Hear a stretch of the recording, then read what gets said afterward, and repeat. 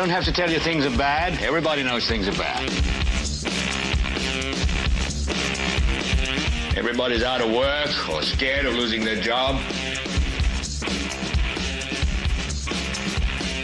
The dollar buys a nickel's worth. Banks are going bust. Shopkeepers keep a gun under the counter. Punks are running wild in the street, and there's nobody anywhere who seems to know what to do, and there's no end to it.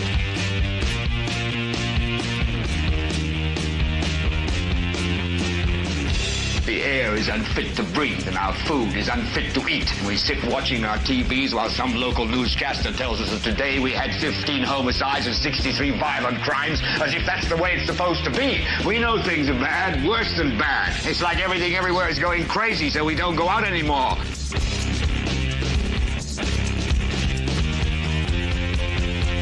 We sit in the house, and slowly the world we're living in is getting smaller, and all we say is, please, at least leave us alone in our living rooms. Let me have my toaster and my TV and my steel-belted radios, and I won't say anything. Just leave us alone. Well, I'm not going to leave you alone. I want you to get mad.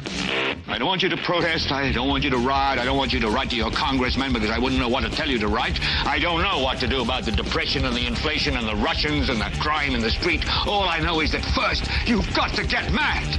You've got to say, I'm a human being. God damn it. My life has value. So, I want you to get up now. I want all of you to get up out of your chairs. I want you to get up right now and go to the window, open it, and stick your head out and yell, I'm as mad as hell, and I'm not going to take this anymore. All right. Hello there, ladies and gentlemen, and welcome to this very special Friday night episode of the Political Spotlight. This is episode 429. I'm your host, Christopher H. Bilbrey. As always, producer Kate's at the controls, making sure everything's running smoothly, so we want to give a shout out to her and all of you for being here. Thank you for tuning in and giving us a bit of your time, especially this special time that is what do we do here? We've got to put up this thing. Kate's shouting, I can't hear.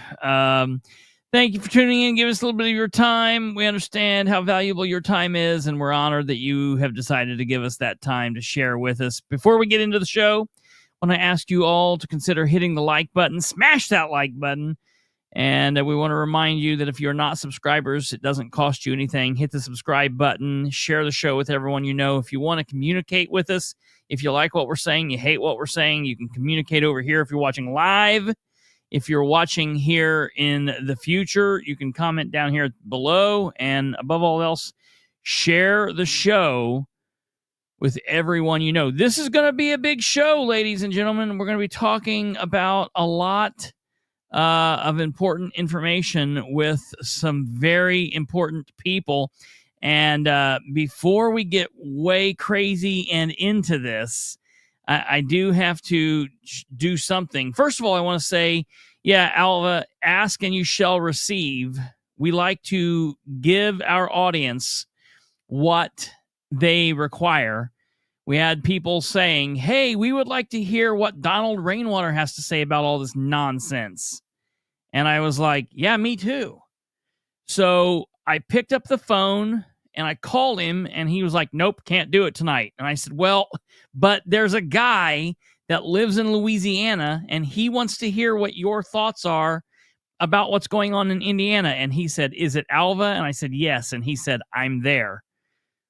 Screw everything I got to do. I'll be there. And I said, okay, well, Alva will love to hear it. So no, I called him and he said, let me work some stuff out. And he and his family, they got a lot of stuff going on, but graciously they were able to make that work. And so we're thankful to him, his family, and everyone else. So thank you. We're going to be bringing him on in just a second. But before we bring on Mr. Rainwater, we have somebody else that you all might just know, and it's this dude. Dude, it's been a minute. Hey! If I heard Donald Rainwater was going to be here, I had to be here. Yeah, look at that. For everybody that doesn't remember who this cat is, it's Brandon Rudd. Yeah, it's been a minute. I know. I hate it because I love this song, but I can't. I feel like I can't ever play it. Yeah, it's kind of like a tease. It's like, wait, Yeah. is Brandon come on? Nah. Yeah, right. He's lame. I play it on some of the the static videos I make, but I don't ever play it live. So yeah. Well, Brando's here with us for this this performance, so this ought to be a good team. The whole team's back together. It feels kind of like Ghostbusters 2. No, I'm with Alva. I was thinking about this the other day too. I was like, man, I wonder if Don Rainwater will come on because I'm really curious his thoughts on this mess now. Yeah. So we've got one other thing that we need to talk about before we bring Don on. And I wanted to have Brandon up here. Sadly, he's not going to be able to make this, but I want to put this out. And this is very important for everybody that's hearing my voice, whether you're watching this live or you're watching this in the future. Please mark your calendars. Today, if you're watching this live, is Friday, April 11th. Tomorrow is Saturday, April 12th. 1 week from tomorrow. That means the day between Good Friday and Easter. Give it to J.D. Prescott to do some nonsense like that. The day between both of those days, next Saturday, J.D. Prescott, State Representative District 33, and Senator Scott Alexander, District 26, will be having a legislative update in Winchester at the Randolph County Fairgrounds. And I want to tell everybody, this is a large-ass building. We can pack this building. We can... They're hoping nobody shows up. I think that's why they picked the time they did. Yeah. 9 to 11 a.m. on a holiday weekend. But I'm telling you, people, you need to show up. This is going to be a really, really, really big event, and I'm letting you know. 2025 legislative update. This is going to be the end of the legislative session, the 124th legislative session. Alexander's going to be there. Prescott's going to be there. Oh, wait, that's what they're claiming. I'm saying I'll believe it when I see it, because I honestly just don't believe. I was talking to Rob Kendall earlier, and he said, oh, they don't care because they know that they can't lose. And I was like, no. Prescott's afraid of his own shadow. So just understand, Prescott doesn't like doing any of this crap. So I'll believe it when I see it. It's going to be at Winchester, Indiana, Randolph County Fairgrounds. That is at 1885 US 27, Winchester, Indiana. If you need help getting there, you need help with directions, hit me up. I will help you get there. I'll figure out a way. We'll tell you where to go, what you got to do. This is your chance to address Prescott and Alexander about questions and concerns concerning the property tax, concerning Union School Corporation, and any other issues that you might have. I want everybody to attend in person. I want to pack this place. I want to have 3,000 people there. But let me tell you, if you can't attend because you have to work, it will be live streamed. I will be live streaming it. The feed right here is right there. It is bit.ly, bit.ly/PALU lowercase. I even made one for the uppercase, so you can't screw it up. It's case sensitive. It's PALU lowercase or PALU uppercase, which is Prescott Alexander Legislative Update 041925. That's where it is. Also, there's a QR code on this, so you can get it thousands of different ways. You'll be able to watch it from home. There it is. Show up. Be prepared. Unfortunately, Brandon's not going to be there, but I'm going to be asking questions for him and for a lot of other people, and I can't wait. So here's the poll question. Yeah, First of all, does anyone think that JD will stay 1 minute past 11 o'clock? Oh, no. Will JD make it to 11 o'clock? No. Will JD make it till 9 o'clock? And does he wear a holster that is wrong? Yeah, does he wear an improperly? So that'll be next Saturday. Of course, we'll have a lot of time all next week to talk about that and to talk about the various things. And so we'll be able to do that. Without further ado, I don't want to waste any more time. We want to go ahead and bring up the man. I'm hearing JD never allows himself to be recorded, so this should be interesting. Let me tell you something, the house that never slumbers. Yeah, he does. He tries to never allow himself to be recorded. But let me tell you something. I try to never let someone that is an employee of mine tell me what to do. So I don't care what he wants. And I've recorded him multiple times. So every time, one year I walked in recording, I already had the camera and everything going as I walked in, and they're in the back going, cut it, cut it. And I'm just waving like, hey, how's it going? And I just set up. Listen, they can drag me out of there if they want, but I'm going to be recording the entire process. So JD can go cry to his mom about it. You want to cry about it? Call the police again on somebody. Yeah, yeah. Well, and thank God the police there's already been tested on all this, so they know that we can record, and they'll tell him, you might be able to pull this crap at your property in your house on your Prescott picnics, but you're not going to be able to do it at the Randolph County fairgrounds. So we'll do there. The only other thing that I want to say, and this is very, very, very important. Monday, the Red for Ed teachers are going to be down at the State House, and everybody that's concerned with that movement is going to be down there trying to make some noise and make some change in the Senate Bill 1. Monday night, I am going to have not one, but 2 guests on who are going to be connected with the Union School Corporation. I'm not going to say who they are just yet, but they are connected to the school situation, and we should get a lot of great information from that. They'll tell us what happened down at the State House. I think I'm even going to try to go down there and see if what we can't figure out. So one way or another, we'll have some information about that, and we'll get some more information about that. But without further ado, I want to bring up the man of the hour, the man with the plan, the man whose name is not Stan, but rather Donald Rainwater. Here's our guy. Hello. Well, good evening. Hello. Hello. Wow. Nope, not. See, I knew it wouldn't work. There we go. Well, that's all right. Hey, so I don't know if you can see this or not. Yeah, probably not. Put it. Yeah, there you go. We can see. You put it. Yeah, right up below your chin. Pull. Yeah, I've got several. There you go. Yeah, against your skin. Anyway, I got my new assessment from the county. Yes. Have you gotten yours? Yeah, they are. Delaware counties have all come through. What's going on in your neck of the woods? Well, my property tax bill is $521 more than it was last year. Oh boy!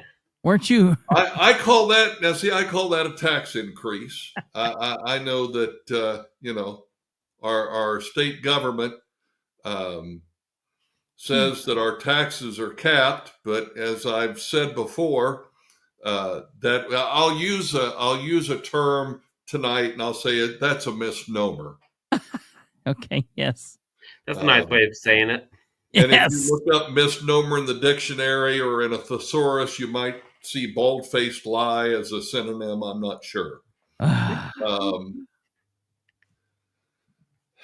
So really briefly, I think it would be absolutely foolish. I don't think there's anybody that would, but just in case people are not aware, if people have been under a rock, maybe that's the problem. Don Rainwater here is a friend of the show, someone we've known for quite some time now, since back in 2019, 2020.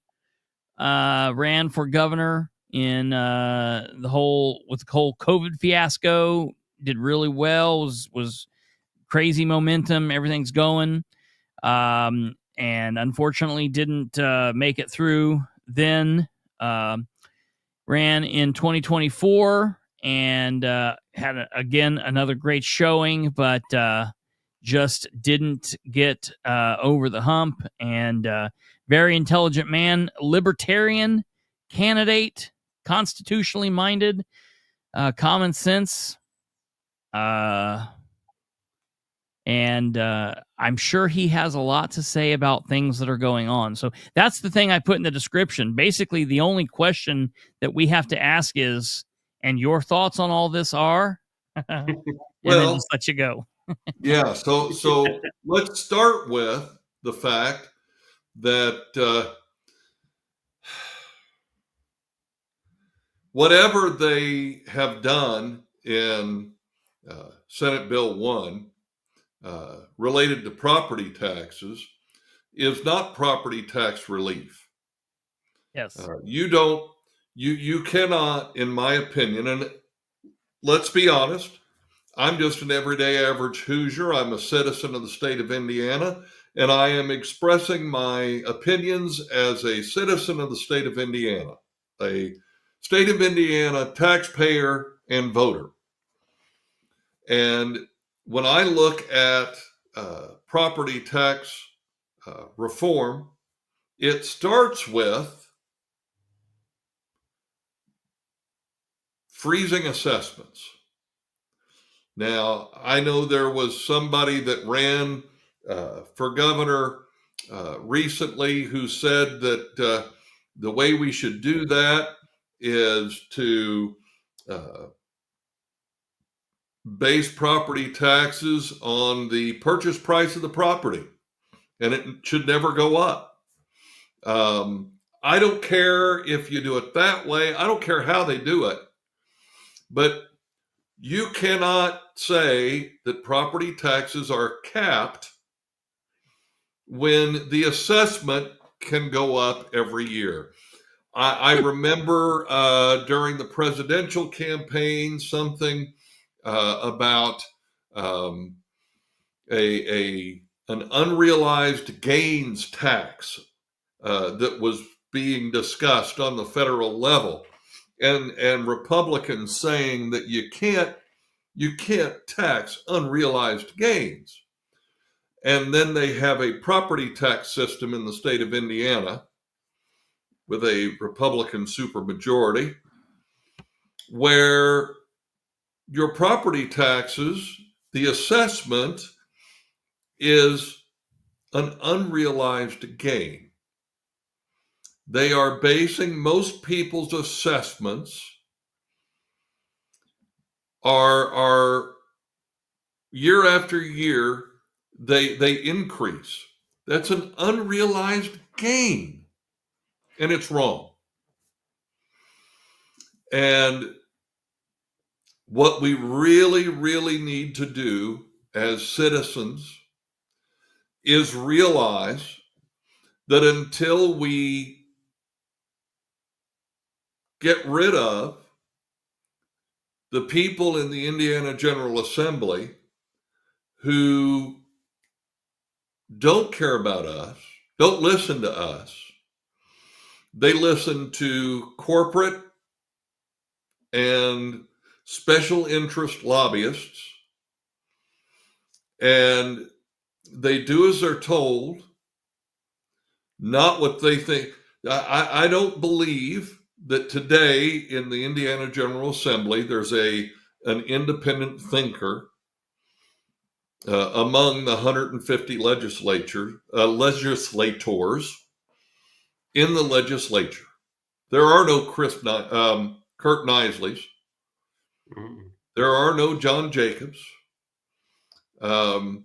These people are go along to get along, Republicans and Democrats. And they do as their organizational leadership dictates. And what the constituents, the citizens of the state of Indiana believe or think doesn't matter. I would think that maybe it's not the same. I think Andrew Ireland is maybe trying to maybe break away from some of that. Of course, he voted against this bill, and he spoke out against the bill. Craig Haggard spoke out against the bill. He voted against it as well. And then Ethan Manning did the same.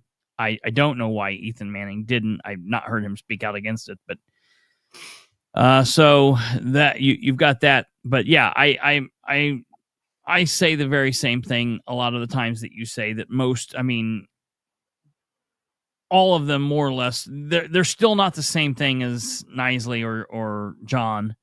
And so, we need to send people there who have that. And it's unfortunate because there are some folks like Larissa Sweet, and there are some other folks that like dabble in it, but then sometimes still kind of wobble off and do weird things as well. So I don't know. It's just kind of strange, but we need to send people there with that can start off out of the gate, not being aligned with all of that.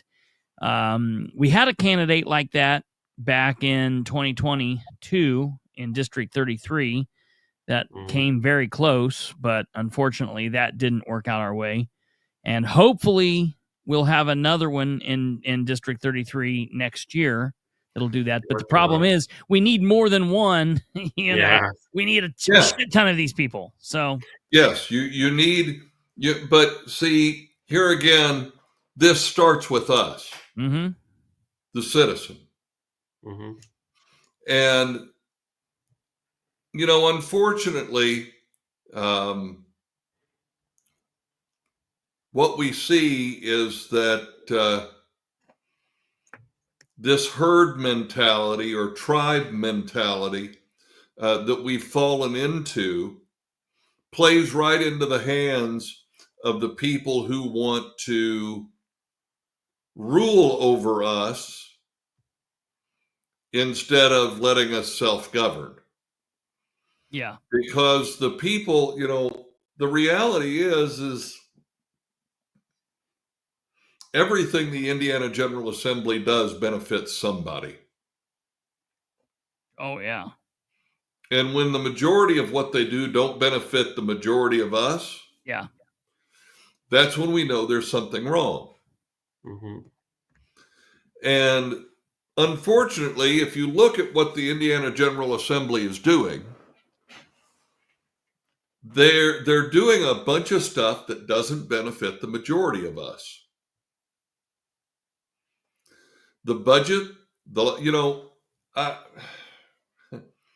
I just hate to have to say this, but the party that is supposed to be more conservative, spending $80,000-$90,000 on state vehicles, is not a conservative. That doesn't benefit the majority of us. Nope.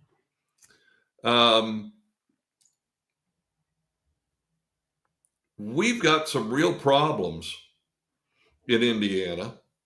We think we're doing great because we're not as bad as some of the states to our north or our west or our east or our south. But the reality is we shouldn't be comparing ourselves and judging ourselves based on the failures around us. We should be judging ourselves based on the standards set by the founding fathers. Yes. And we just don't do it anymore. If you call yourself a conservative constitutionalist, and then you go and ask to double your office's budget, that's not conservative. It just isn't. There's no, and for somebody to say, well, we cut $100,000 out of this part of our budget, but then we're asking for $3 million more than what we what the previous. That's just not conservative. You're not saving any taxpayers any money. And this is the problem.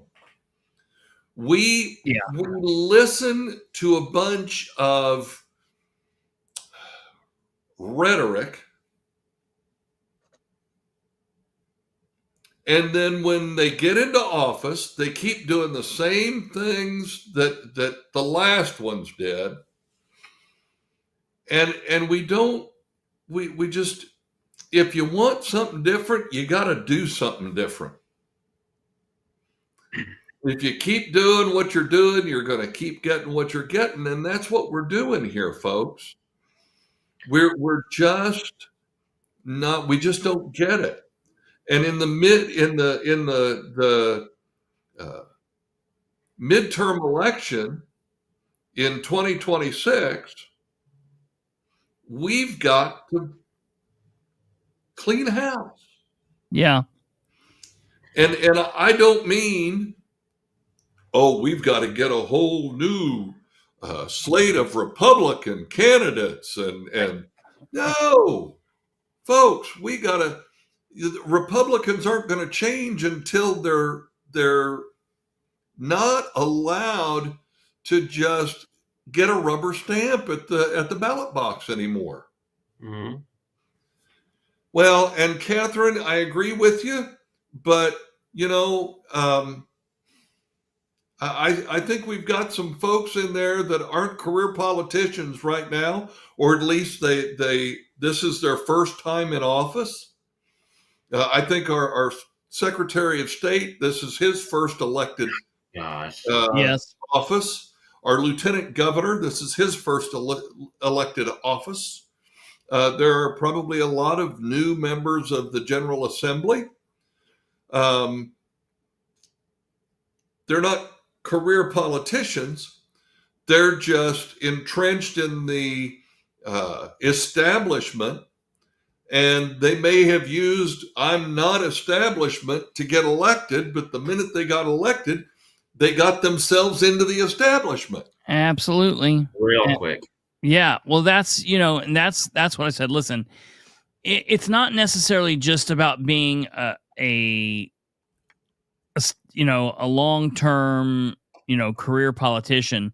If you're someone that sees yourself as an opportunist, or if other people see you because of your actions as an opportunist, that's a problem. I'm ready, for Micah to start doing his damn job as lieutenant governor.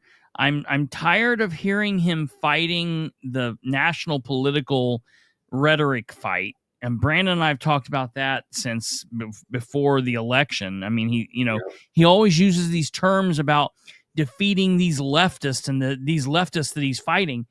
Dude, it's a supermajority Republican state. There are no Democrats you're fighting, bro. Calm down and do your job. Throughout last week's horrible floods down in southern Indiana, wasn't doing really anything with that. He was. I put out a tweet today saying that it's just finally dawned on me, and I've been coming to this for a while, but you see him doing a lot, and he looks like he's transparent because he's always posting. But if you look at what he's posting, it's nonsensical. I scrolled through like 40 different posts of him sharing the same dropped link to a show that aired or is going to air, and I'm like, dude, you post more about podcasts than I do, and it's my job. I don't understand. And he's been doing that. And yesterday, instead of being back at the State House and figuring out a way to push back on the legislator, he's up hobnobbing with Charlie Kirk. I like Charlie Kirk just as much as the next guy who watches conservative content. Great, but I would have liked my lieutenant governor to be doing something other than trying to get an autograph on his ass cheek or whatever, and hobnobbing and broing out with Charlie Kirk. I see Beckwith now for what he is. He is an opportunist, some kind of a grifter. I don't know. He's looking for the next big thing, his next up or going viral, and he's not doing what it takes. We were told he was going to hold Braun to the fire. If Braun started wobbling off, Braun told us that he was going to do something different on Senate Bill 1. He didn't do it. Beckwith should be holding his feet to the fire. He didn't. Okay, I'm done with both of you. Well, their big catchphrase they've had too, because when we were talking about the name of this episode, one I had suggested was we didn't get everything we wanted, because that's what every elected official that supported this crap bill, even though it's crap, says. Oh, well, you yeah. mean you get everything you wanted. You're the Republicans. Who's not giving you what you want? You have a supermajority. Yeah.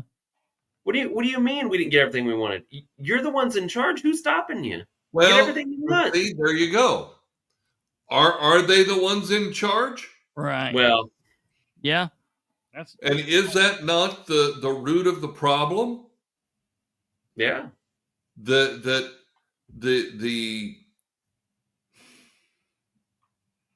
the reality is that the people in office are not the people in charge. Now, our system of government was set up so that would be a true statement. The idea was that the people elected to office were answerable to the people. But that's not. The good. people elected in office are answerable to those who put them there. Yeah. And by that we mean the people who funded them and who made sure that they got the type of media coverage that they needed. That, all of the things, again, I hear people all the time go, and I think somebody earlier made a comment, libertarians need to get off their butts and do something to be relevant, blah, blah, blah. And the reality is what they're really saying is libertarians should be corrupt sellouts, just like the Republicans and the Democrats. So that the wealthy people who want to manipulate and control government donate to them the same as they do the Republicans and Democrats. Yeah. And the reality is we should be yearning as a free people to fix the problem, not make it worse. Yes. But I don't think the majority of voters truly understand, call me a conspiracy theorist, but the reality is I don't think we understand just how corrupt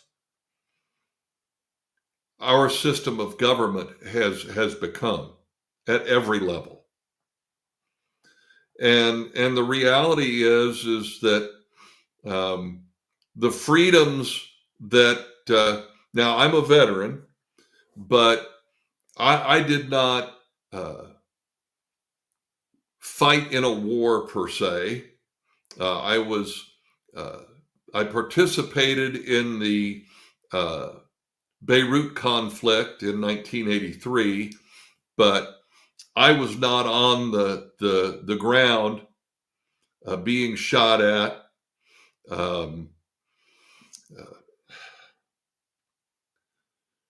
The men and women who have given their lives for our freedom, we should be ashamed. Yeah.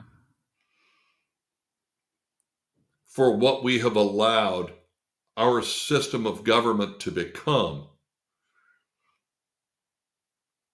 And I was actually listening to Sirius XM Radio, a show with Trace Adkins on it. And he was talking about the song Arlington. Yeah. And we give a lot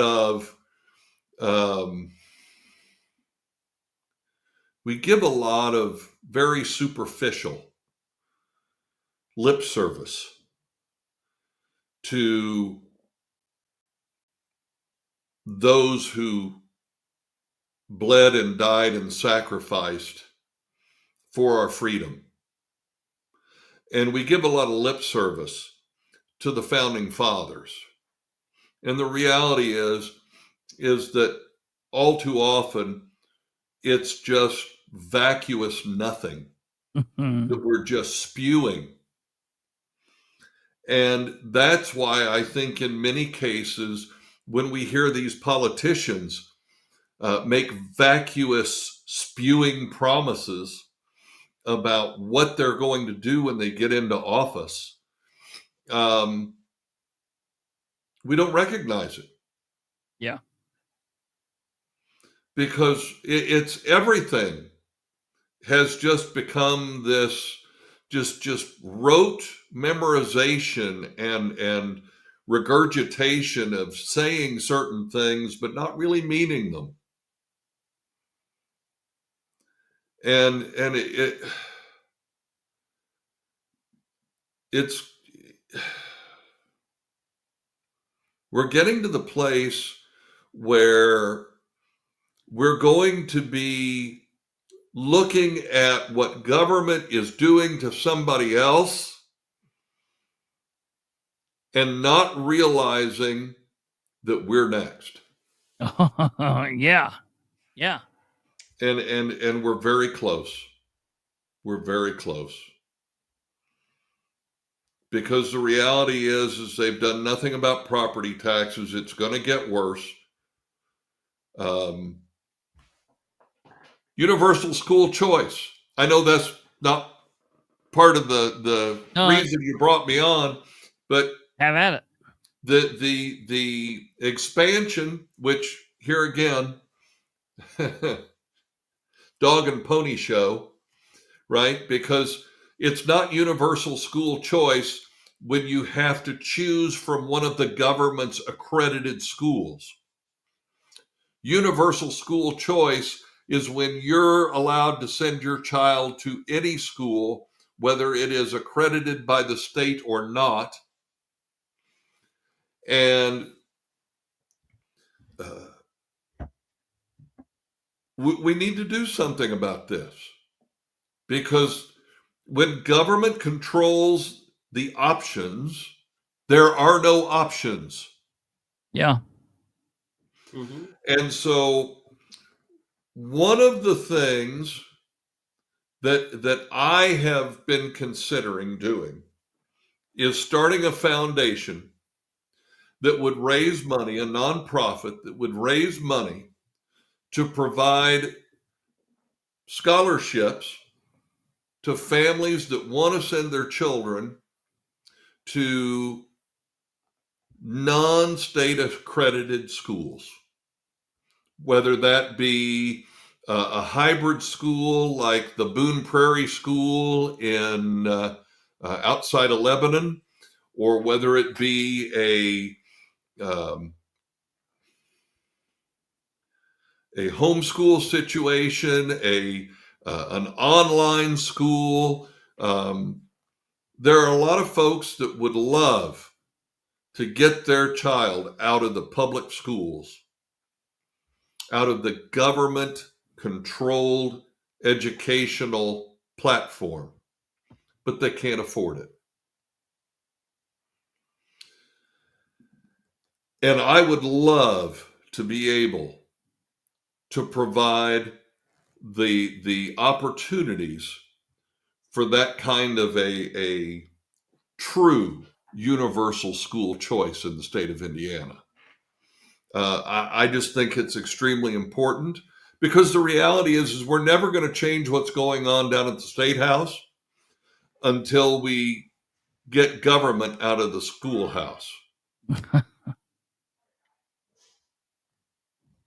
Shoot, government's getting the schoolhouse out of the state right now. Did you see where One thing Virginia arbitrarily closed that school? The other thing I'm going to say is this. If you think sending your child to a private school is getting them out of a government school, if that private school complies with a state accreditation in order to qualify for these vouchers, then your private school is a public school. If they have to comply with state accreditation, they are the same as a public school. They are a government-run school. The only difference is where the money goes, whether it goes into the private bank account or the public school bank account. Because until we get government regulation out of education, we won't get what we want out of our government. So, yeah. What have you... response to SB1? What? I said, there's my response to SB1. Well, and for anybody who wants to dispute my opinion, you're more than welcome to. All this is my opinion, and I'm just one out of 6.8 million Hoosiers. But you know what? My opinion is just as valid as yours, and your opinion is just as valid as mine. Absolutely. And if you want to come on Chris's show and give your opinion, reach out to the man. And if you do it in a polite way, he might invite you on to give your opinion. Kate's the one that tells me yes or no. Kate's the one that lets me know. It's not my choice. Kate has to give the thumbs up or thumbs down. So it doesn't hurt if you ran for governor either. Yeah, right. Yeah, right. That helps a little bit. Yeah, well, what kind? Oh, here, wow. Let me hand over the puppy. That's the dog's opinion. Huh? I want to know the dog's opinion on that. That's great. So,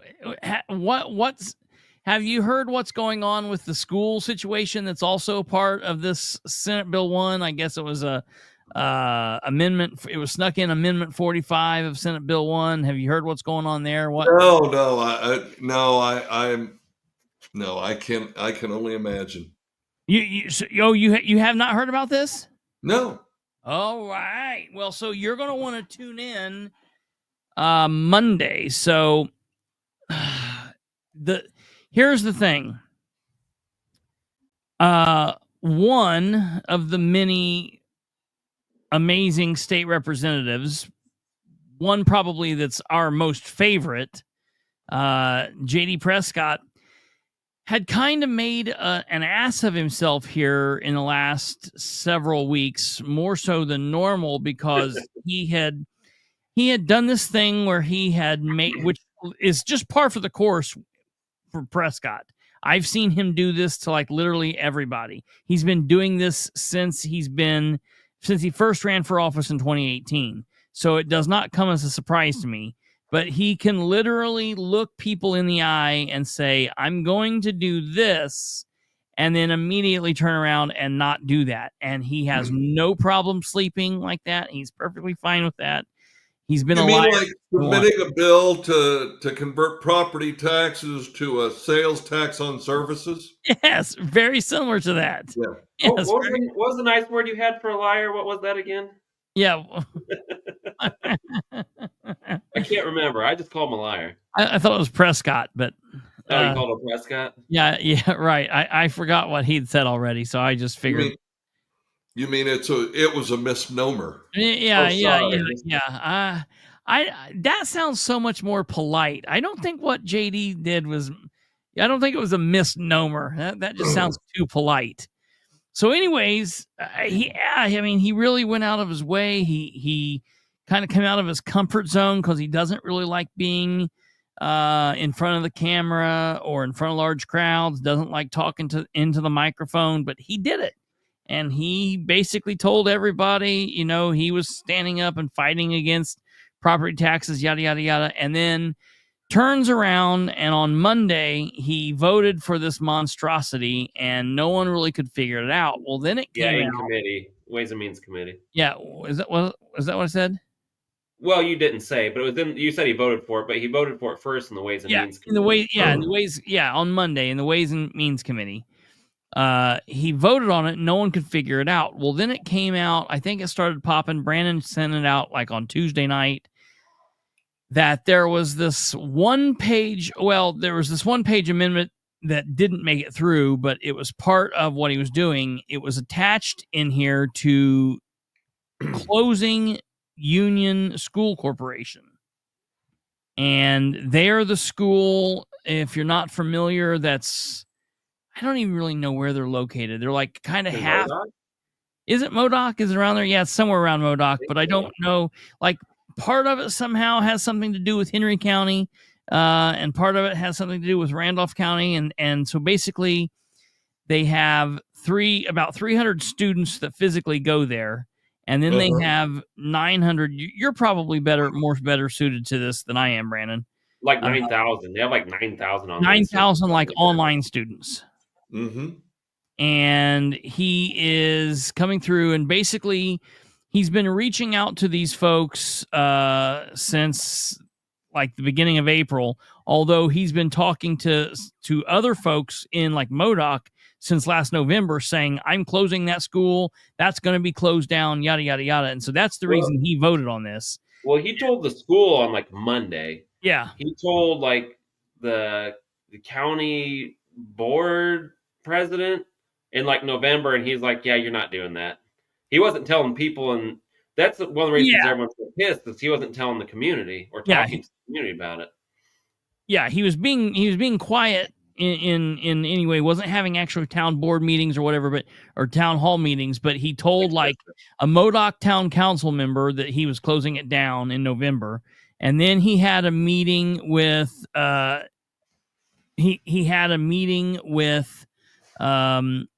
Union School Corporation and said, you have a couple of options here. And then they met again with him and Scott Alexander, and basically it was like, yeah, we're shutting you down. That's, you don't have any other options. That's what was going on. And so it's just, this has got to stop happening, where we are sneaking other completely nonsensical crap into bills last minute that no one knows about, and saying, okay, yep, this makes sense, we're going to pass it, and that's that. I cannot stand that, and that is a very big problem in my opinion with because they don't pass what are referred to as clean bills. Yeah. And didn't talk to their bosses about it. Didn't talk to the community. That's insane to me. Everyone just finds out, all these teachers, oh, by the way, your school's closing. Yeah. Oh, all those families, by the way, your kid's going to have to go to a new school. They're transferring. We didn't talk to you about it or do it in an above board way, but you know what? We're closing it. No, the government runs things. The government can do whatever they want. They're the government. Haven't you heard that all your life? I guess they can. Should they? Well, can we stop them? Have we tried? Yeah. We're not trying to stop them because we keep letting them do it. And this is the problem. We live in a society today where we believe that, it goes back to when the people fear the government, there is tyranny. When the government fears the people, there is liberty. We are not in a liberty society. Oh, no. Yeah. And people can, that's what I was talking earlier about, vacuous statements. Oh, we're a free people. No, we're not. We are not free.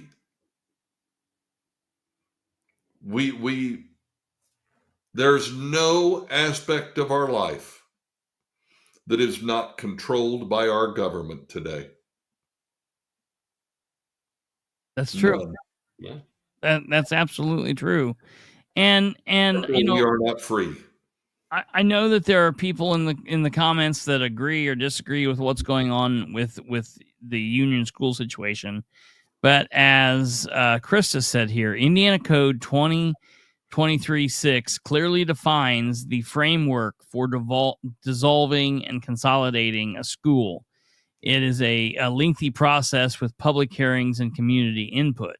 The bottom line is, okay, if you're going to close a school, you want to close a school, you want to go through that process, go through it, but you have to go through it. You need to go through it. You should go through it the way that it's lined out. And when we have state representatives and these state government officials that are just saying, yeah, we're not going to take that path, that should be a problem, and people should rise up against that. But then again, that comes back to what you're saying there about, what will people do about it? Will people do enough? What is enough? What, we kind of start getting in those conversations where you really start talking about like, all right, what kind of hill, what hill are you going to die on?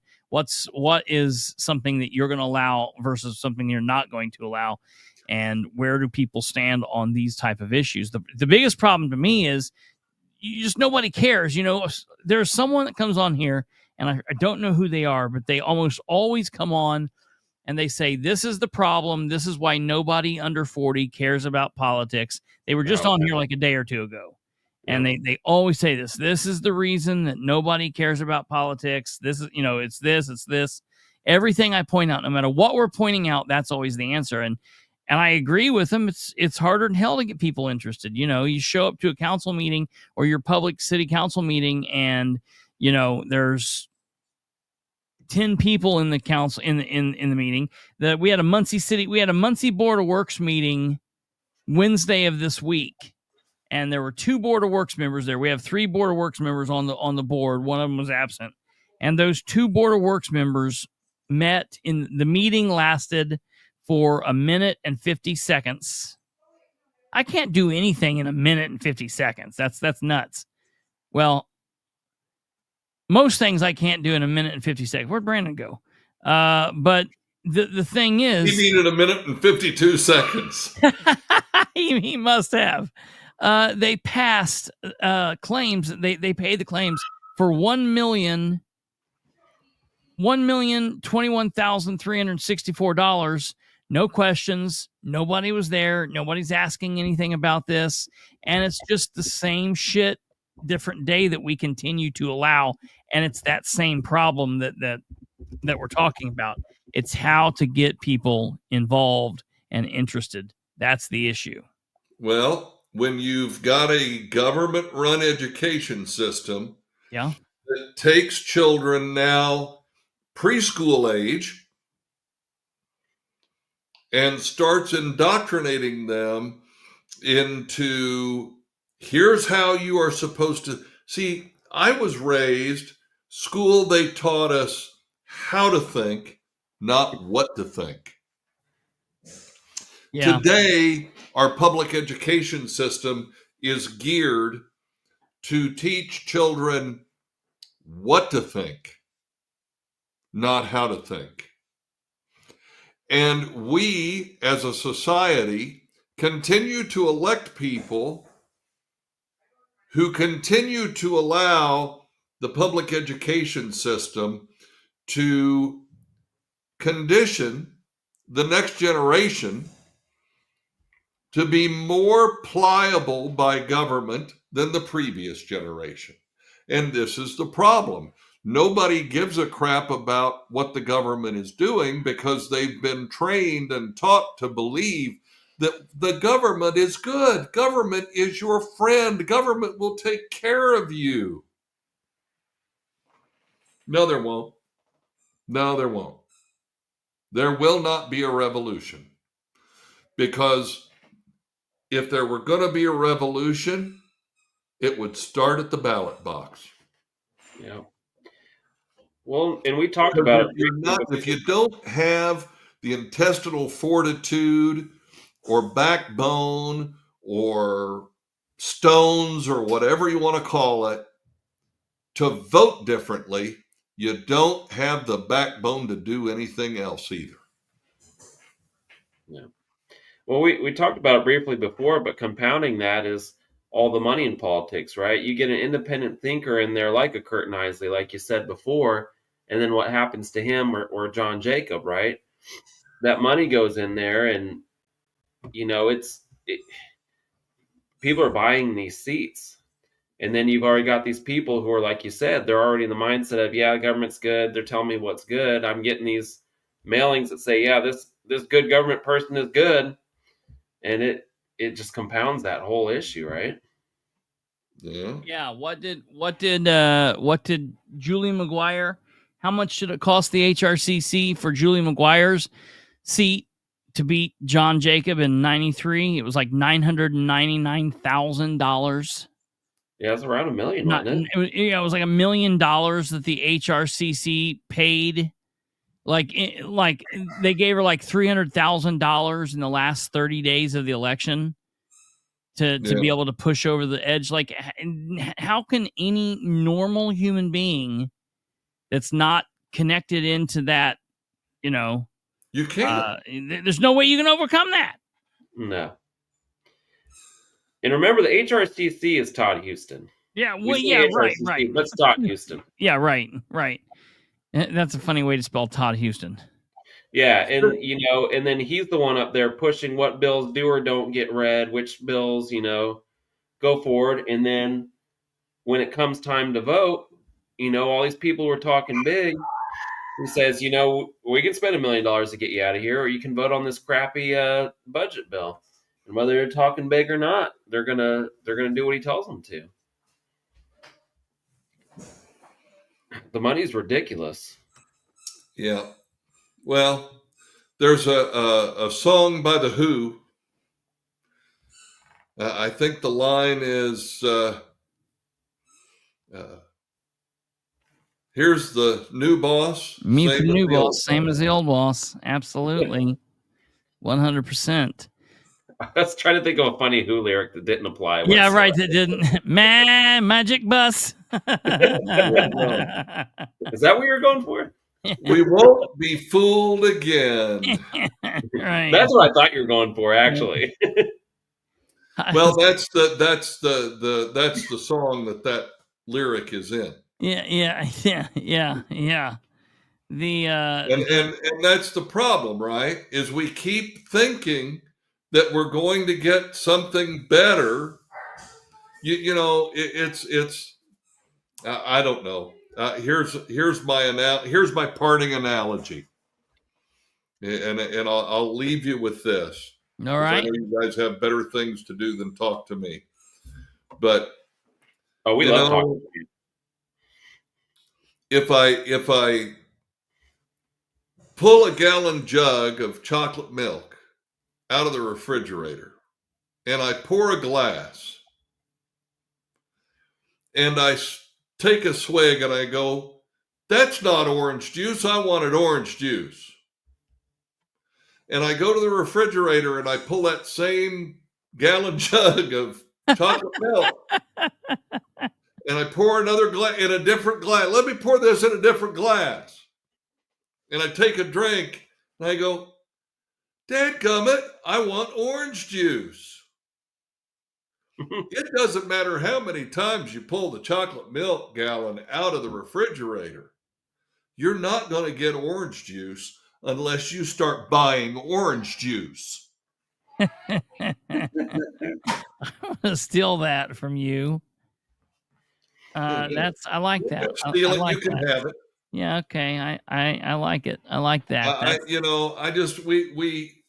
We don't like what the Republicans are doing. Let's vote for more Republicans. Yeah, right.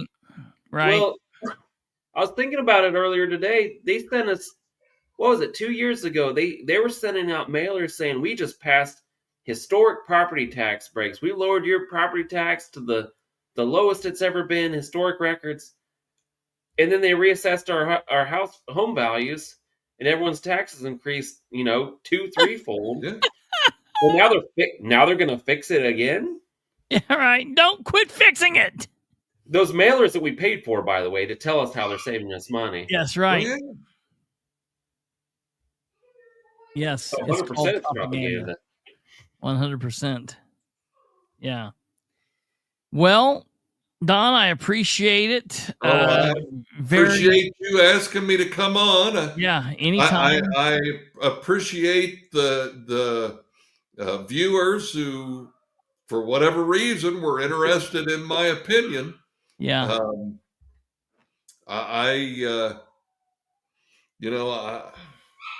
I think we're in the same boat we were 6 months ago, 6 years ago.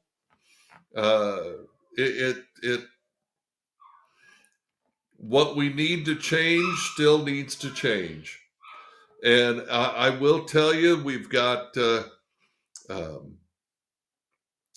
lot that we can do in 2026. We just need to work together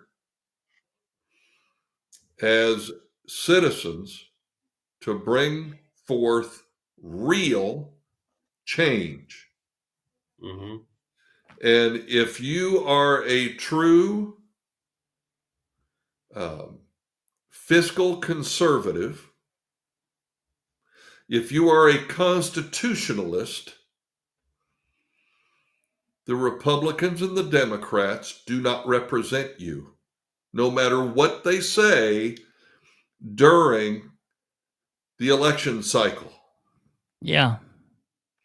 We have to find, whether you call them independents, whether they can be libertarians, they can be, I had a group of people that supported me in 2020, Chris, and nothing, Catherine, nothing. We need to find people a lot better than me to run for office. I'll be more than happy to help people. I'll knock on doors with people.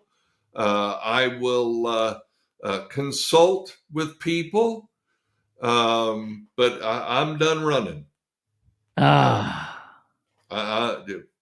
know. For somebody. Now, I will tell you, the Libertarian Party has a young lady by the name of Lori Shillings, who is doing the preliminary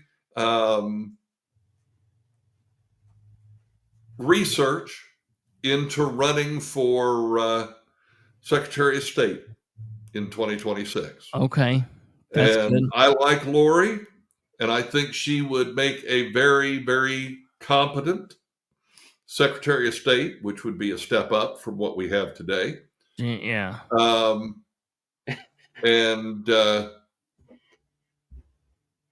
Please, does she have enough family to fill the positions look in the into office? Lori Shillings. What did you say, Brandon? I said, does she have enough family to fill all the positions in that office? I don't think that's the way it works. Or at least that's not the way it's supposed to work. Right. Wait. You were right in the middle of saying something very important, and I ruined it. And no, Catherine asked you what you were running for. Wait, what were you saying right before Catherine said that? Kate, rewind the tape. Do we know? Yeah, let's rewind. Let's watch the replay. Give me a second. This was really important. Oh, he's gonna do it. This is ridiculous. None of us know. We're all just sitting here. It was very important. Raju. That's while you look it up. Raju. Yeah, that's red, white, and blue. I will run the other direction. Man, I can't. You were talking about.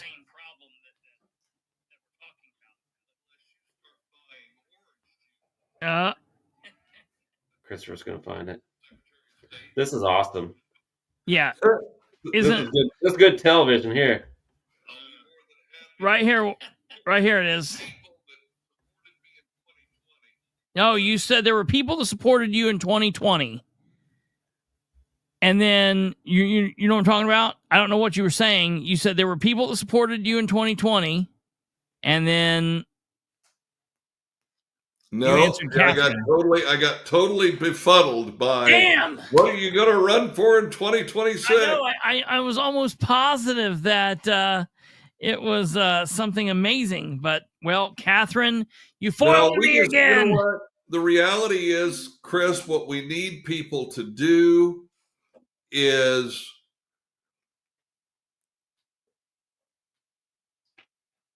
get out here and find people like, young people. Yeah. Like I don't know, Brandon, who Brandon would be great. We can all get behind, and we can raise money and move forward, because we've got to change what we're doing. Yes. Oh, no, I do know what it was, Chris. I was going to talk about the fact that there were people who supported me in 2020 who afterward they decided they were going to go and build the Constitution Party here in the state of Indiana. Oh. Okay. And it never really came to fruition. And maybe the Libertarian Party isn't your cup of tea, and that's fine. Yeah. But this worn out, failed, we're going to fix the Republican Party. Yeah, that's done. Is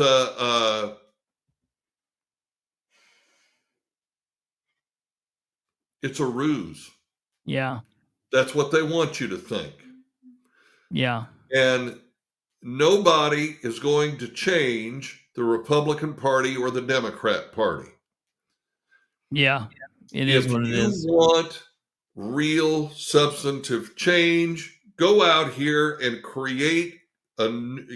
find a party or create the Forward Party, somebody. Get involved, build. We need more options. We need better choices, or nothing's ever going to change. Yeah. Well, sir, I appreciate it. As always, I thank you very much.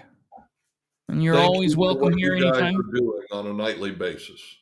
Well, I appreciate it. Appreciate it very much. And we'll have you back on anytime, sir. All right. Well, we will talk to you guys later. Yes, thank you, my friend. Thank you. Thank you. All righty. Ladies and gentlemen, that was Mr. Donald Rainwater, Libertarian.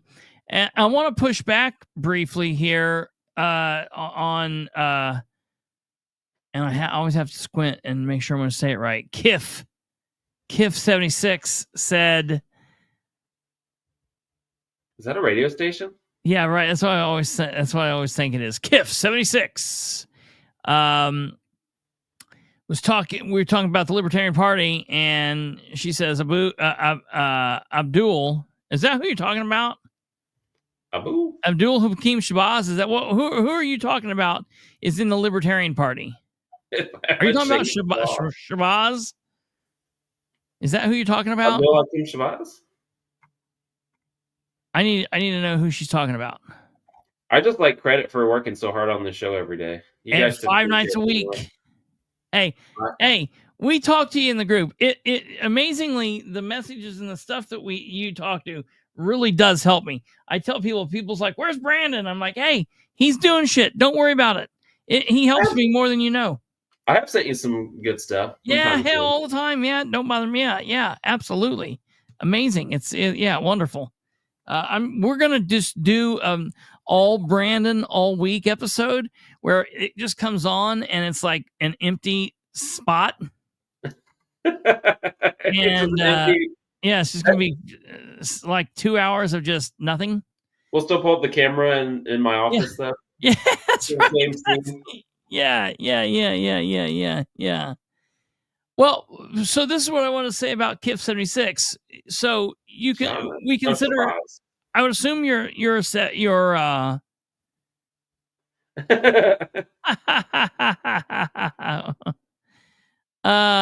so, but there's so many Republicans that we know that we don't like, and you still consider yourself a Republican. So, look, you're not going to like, this is the trap that I think people get into too, is you think that you're going to like every single person and you're not going to have any disagreements. And that's what we need. We need a party where we all agree. Holy hell, no way. The founding fathers didn't all agree. We're not going to all agree on everything. We're not going to agree on everything now. We're not going to agree on everything in the whole big picture. It's okay to have disagreements. It's also okay to be in a party with someone that you don't like or that don't like you. And that's what pushes things forward, having these different ideas and then pushing them forward. So I don't necessarily, I don't necessarily look at saying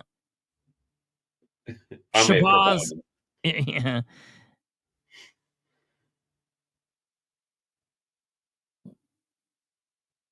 What? Wait a minute. Wait a minute. Who are you responding to when you said, no, I'm a Christian? Okay, you're responding to me, but you consider yourself a Republican, or do you not consider yourself a Republican? Or do you consider yourself a conservative, or no? Or do you just say, no, I'm none of those things, I am a Christian? That's what we got to do. We got to run as the Christian party. See? The Christian Farmers Party? Yeah, right. Yeah, right. Dude, I used to consider myself, like, I considered myself a constitutional Republican, which isn't the same thing as like a Indiana Republican. An Indiana Republican is like pretty much a Democrat. I don't know what an Indiana Republican is. It is so shocking. It is absolutely wildly and shocking for me to see these people like Scott Alexander and Dan Ridenour and all of these people lining up, and then Brand, who's like wildly different than both of those people I just named.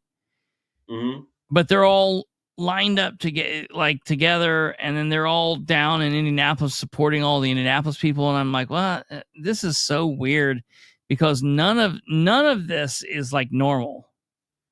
And none of this goes on with what's happening at the federal level, and then so many people at the local levels, like they say they're fighting, they like Trump, and they like the people that are shaking, and they want things to be shook up, but well, by God, don't shake up our house. Don't come looking under our rugs. Don't come looking for waste, fraud, and abuse our way.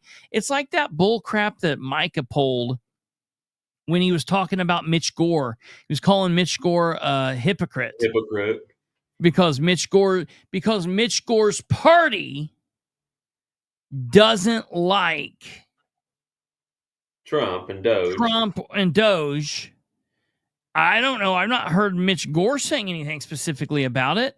But Mike is like, well, no, I'm going to push back against this because his party does da-da-da-da-da, and he's a hypocrite. And I'm like, well, wait a minute, but doesn't that then make you a hypocrite? Because, but of course nobody gets it. And the people who like, slobbering over themselves for Micah, get mad and tune out because they can't stand anybody pushing back. It's like, wait a minute. So we really can't hold these people accountable? I mean, I heard specifically how Micah's personality and overall demeanor changed when Rob Kendall pushed back on him just ever so lightly the other day. Oh, he got pissed. He got absolutely nuts. It was crazy. Well, first of all, that was a pretty good Micah impression. But the funny thing is, he's like, well, he hates Trump and Doge, but he doesn't want me to waste money. It's like, well, I don't know if he ever said he hates Trump or Doge. But either way, everyone should agree we shouldn't waste money. But Micah very specifically supports Trump and Doge and wants to waste money. So it's like, you're as bad, if not worse. And why does he sound like I didn't notice that, but he's got like a weird, like kind of like surfer dude kind of thing going. Yeah, I don't understand. He's like, yo, dudes. Yeah. It's I'm telling you, it's because he's the young hip, like two or three collars popped,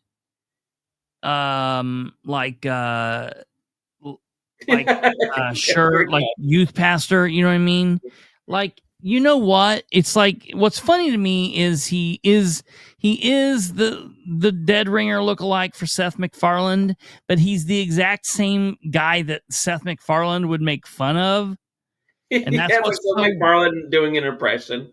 That's so crazy. I would love to see Seth MacFarlane making fun of Micah doing whatever it is that Micah does, and the whole thing is just so weird. Micah is so strange. Well, dude, I love that he said that thing about how JD was like the soldier at D-Day or whatever. But now that we've seen JD back out, like what happened? Did some little housefrau accidentally bring up JD's mutter and they had to run away crying? Yeah, Back right. to the Yeah, boat? yeah. Micah swam back to England.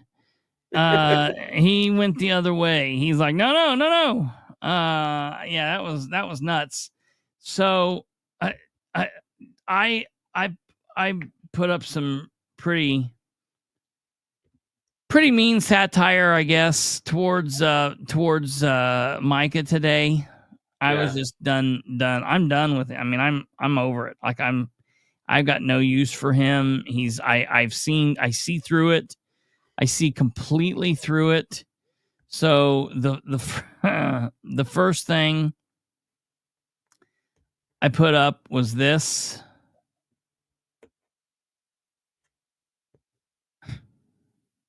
This is a funny picture, Charlie Kirk. He's a freaky looking dude. I like Charlie Kirk, but I was like, the most important question currently in the state of Indiana, obviously, did Micah Beckwith get his right ass cheek autographed by Charlie Kirk when they were broing out at Purdue yesterday? Where are those good old fashioned values on which we used to rely? Yeah, I saw that. And then I put that picture, and then the other one, and I really want people to think about it, because just all I need people to do, all the people that love Beckwith, just listen to what I'm saying. What? Oh, but Michael wears skinny jeans. Oh yeah, you know it. Always carries around a guitar pick, although he doesn't play guitar. Although I have seen he's got like 15 different guitars in his office. Nice. It's like, dude, get rid of this.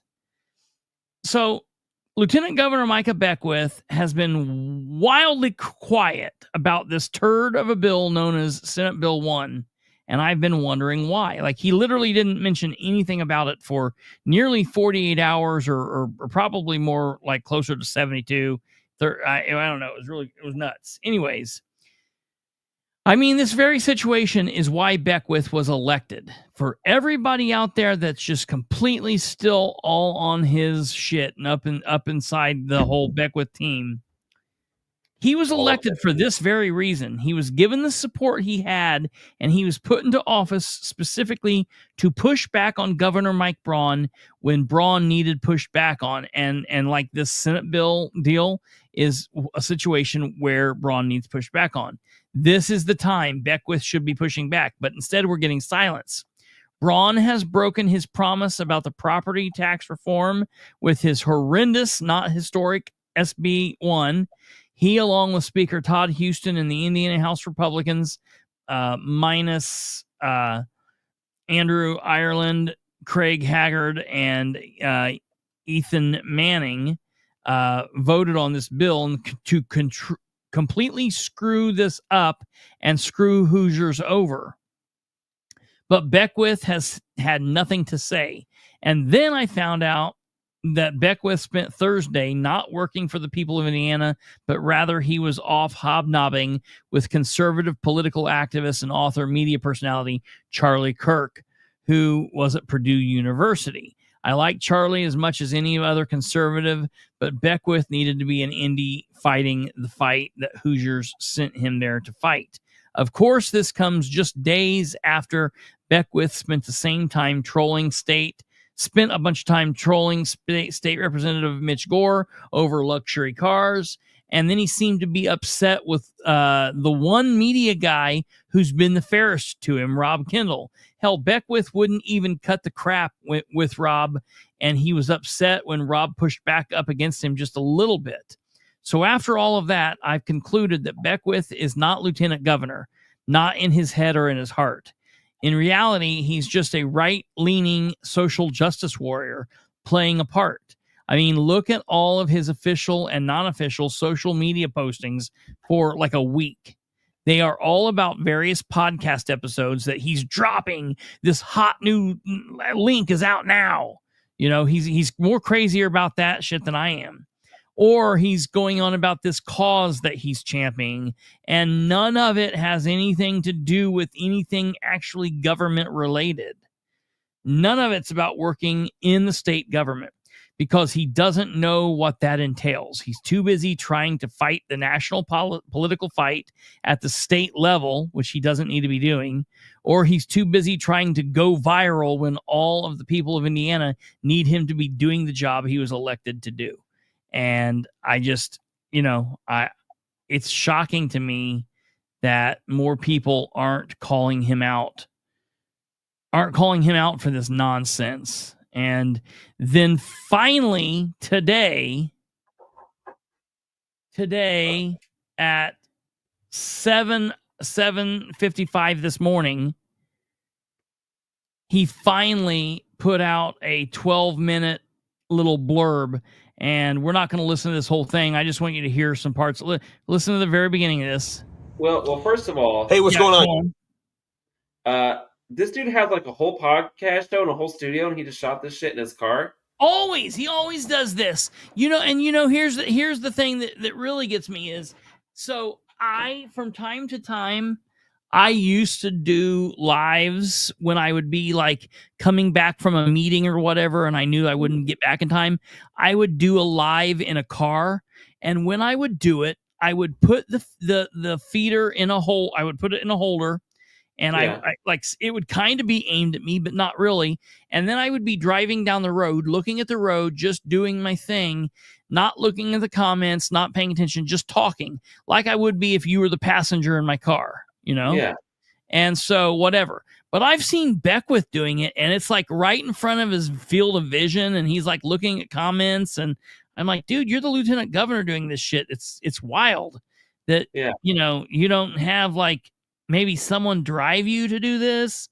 And so he does this a lot. But again, this is very kind of like influencer-esque. It's not like he's an actual person that's the lieutenant governor. He's influencer Micah Beckwith. Yeah, like shoot at your desk. Are you scared that they're gonna like come shut you down or something with it? Right. Well, but also he's got like 2 or 3 different podcast studios. He's got one at his desk. He's got one at his home. I think they've got one at the church. You can't find one of these 3 things where you can go and record a 12-minute vlog. Yeah, strange. Maybe he just likes, but the high country that he's in is maybe just that special that it's like, it feels good on his ass. I don't know. Oh, yeah. That's why he needed an expensive vehicle. He needed one that was quality enough to use as a podcast studio. Yeah, it's a sound booth. It's like a sound booth. It's quiet in there. Yeah. You get in and it's got the speakers are built in. He's like, I need a vehicle that's got a Shure microphone built in to the steering wheel. Oh, dang. Stumblefoot did give me an idea. What was that? Oh, I'll have to come up with something. I'll play with it a little bit. Not Trump Shrimp 2.0, but it might be funny. I tell you what, and I'm not a big. I'm a conservative, so I'm not all into the whole progressive left ideology. But if I hear Micah Beckwith say the leftists one more time, my head's gonna pop off. I'm gonna do that thing that Who Framed Roger Rabbit did when he drinks the alcohol. Oh yeah. Yeah, that's what's gonna happen to me, man. It's just gonna go nuts. So listen to this for a second here. This is crazy. Okay, guys. All right. So a lot of people have been asking my opinion on SB1, property taxes, where I stand, what the conversation with the governor has been. And I know there's been a lot of critics like, Micah, where are you? Oh, blah, blah. Like, why aren't you speaking out? Listen, we still have a ways to go on SB1. And I had my team studying this. I wanted to go through it line by line. We were working with our general counsel. We didn't elect your team, bro. Yeah, sit down and read it, bro. Yeah, sit down and read it too. Read it yourself, man. Like, I'm confused. So he's like, I wanted my team to sit down and read this line by line. And I made out with Charlie Kirk. Yeah, right. Like, dude, I know he got up there. I know he pulled the I'm the lieutenant governor. I know there's a picture of these two. I was going through Charlie Kirk's crap, trying to see if I could find pictures of him, because I was going to blast that shit. Listen, if you're out there, anybody out there, and you got pictures of Beckwith and Charlie Kirk, get that shit to me. To make sure like we understood it. Listen, property taxes are so dumb in Indiana because, well, one, property taxes are so dumb, man. Like, because they're written by the Republicans and they're dumb as shit. Look at this picture. What is going on in this picture? He looks. This is like. He looks like soulless. Like he's just. Like there's nothing behind his eyes. He's just in there talking. Like right there. Oh, Seth MacFarlane. But Seth MacFarlane. I don't know. Kind of Kevin Spacey-esque. That's what I'm thinking. Yeah, I can kind of see it. Knocking his ring on the wood. Yes. Shouldn't be taxing property in the first place. That's goes against our God-given and inalienable rights of life, liberty, and property, according to John Locke. But that's beside the point. We do it, and then there's this convoluted formula that they've been trying to apply for years, and it just makes things more complicated. So Chris, it's a bad system to begin with. What we're trying to do is we're trying to reform a bad system.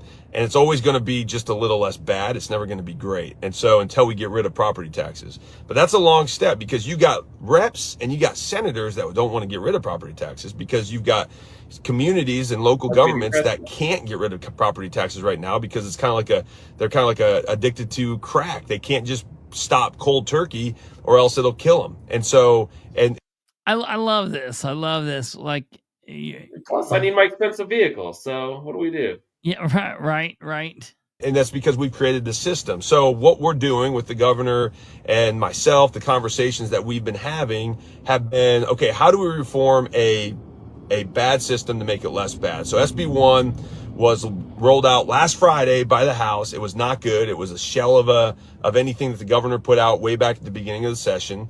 And so the governor got that and I had conversations with him and he said he's vetoing that plan. If it stays that way, he was going to veto it. And that was great because it was a really bad plan. I don't know, man. The House and the Senate got together with the governor. The governor said, this is my red line. These are the things that I need in this or else I'm not going to let it become law.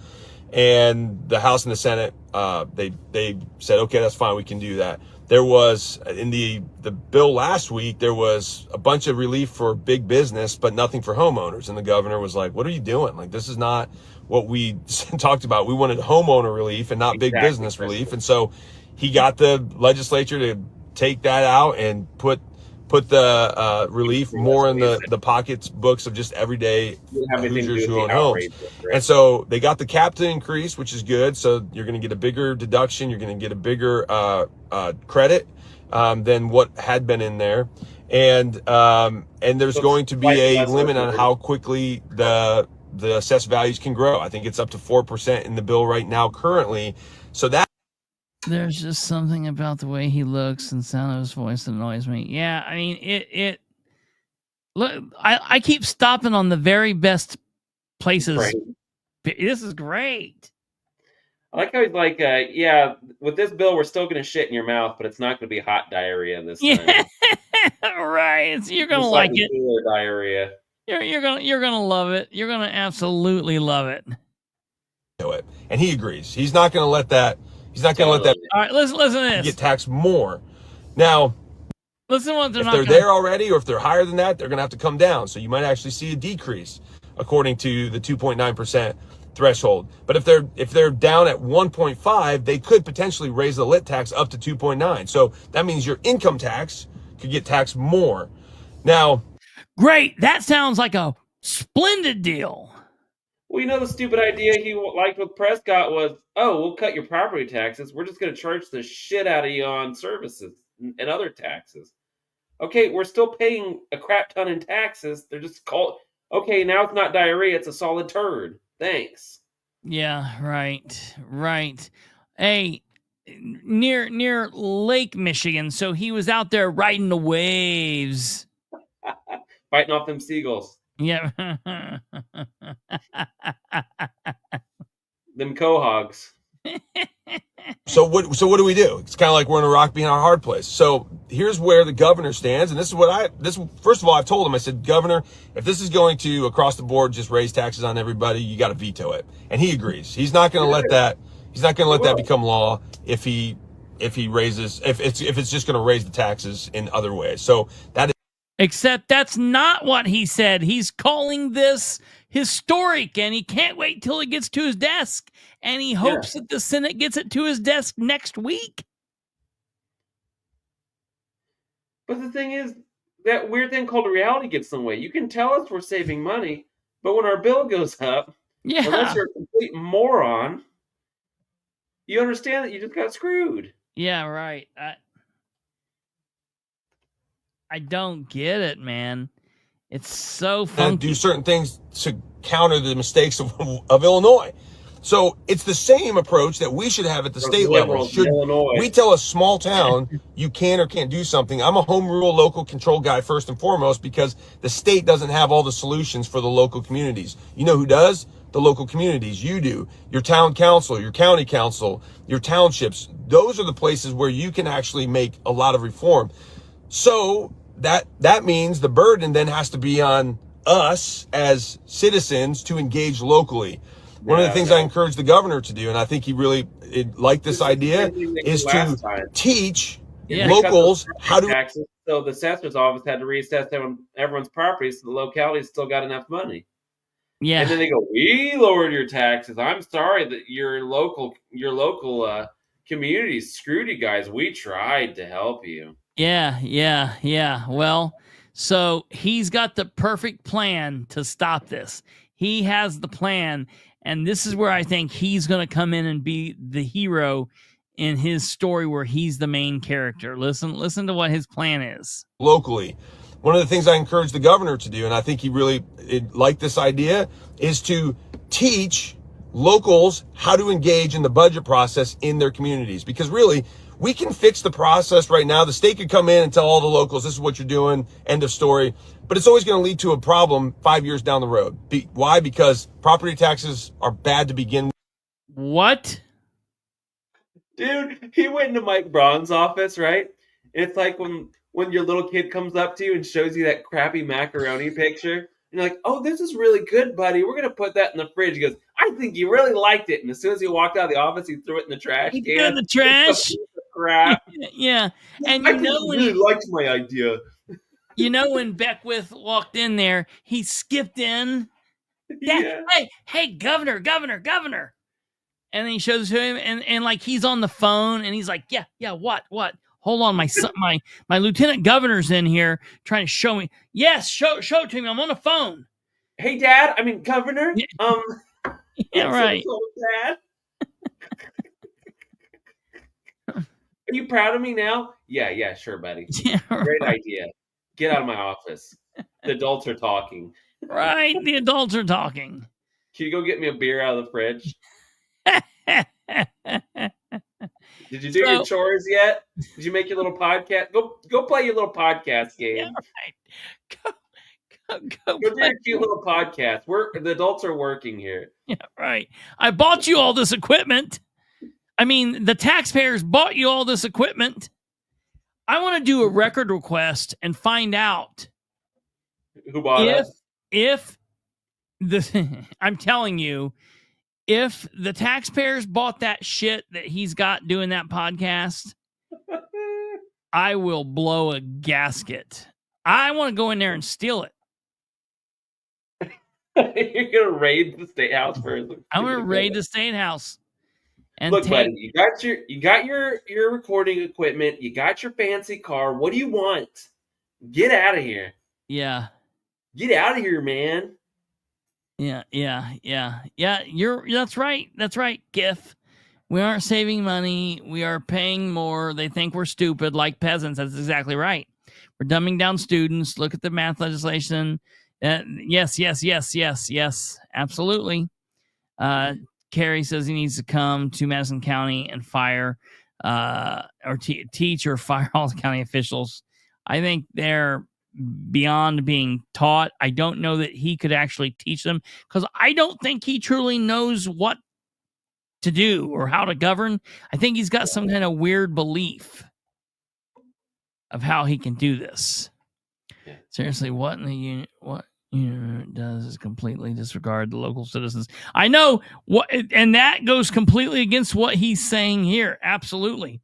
Well, we're getting ready to get into the craziest part here. Mike Braun goes, "Hey, go play with your little buddy DJ. His name's JD, Dad. Leave him alone."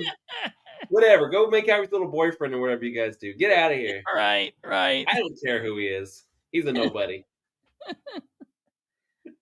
He's like, I wish my lieutenant governor played football like the regular boys.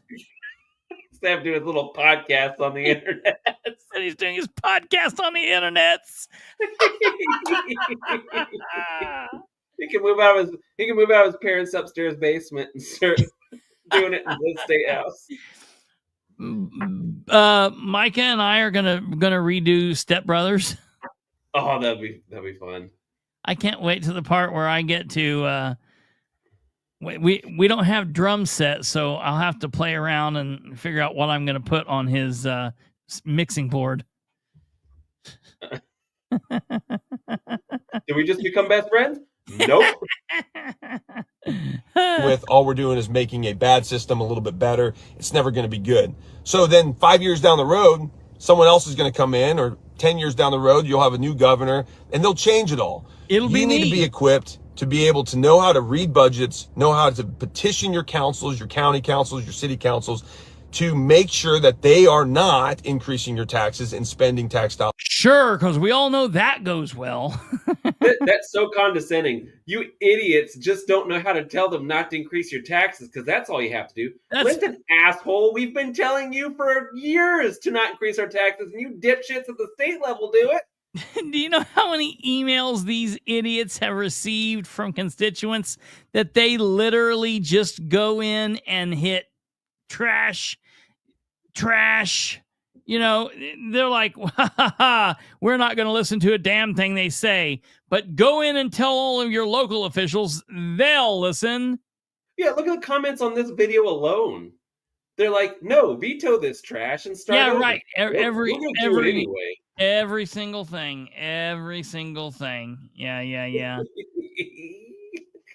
No, Alva, I'm gonna do a kind of a bigger thing on that on Sunday when I talk. I'll be talking more about some Muncie stuff on Sunday, and we'll cover everything that's going on with that. I'm so sick of that thing. I'm so mad at them for all what's going on. So it's kind of out of sight, out of mind. But yeah, I'll cover that on Sunday.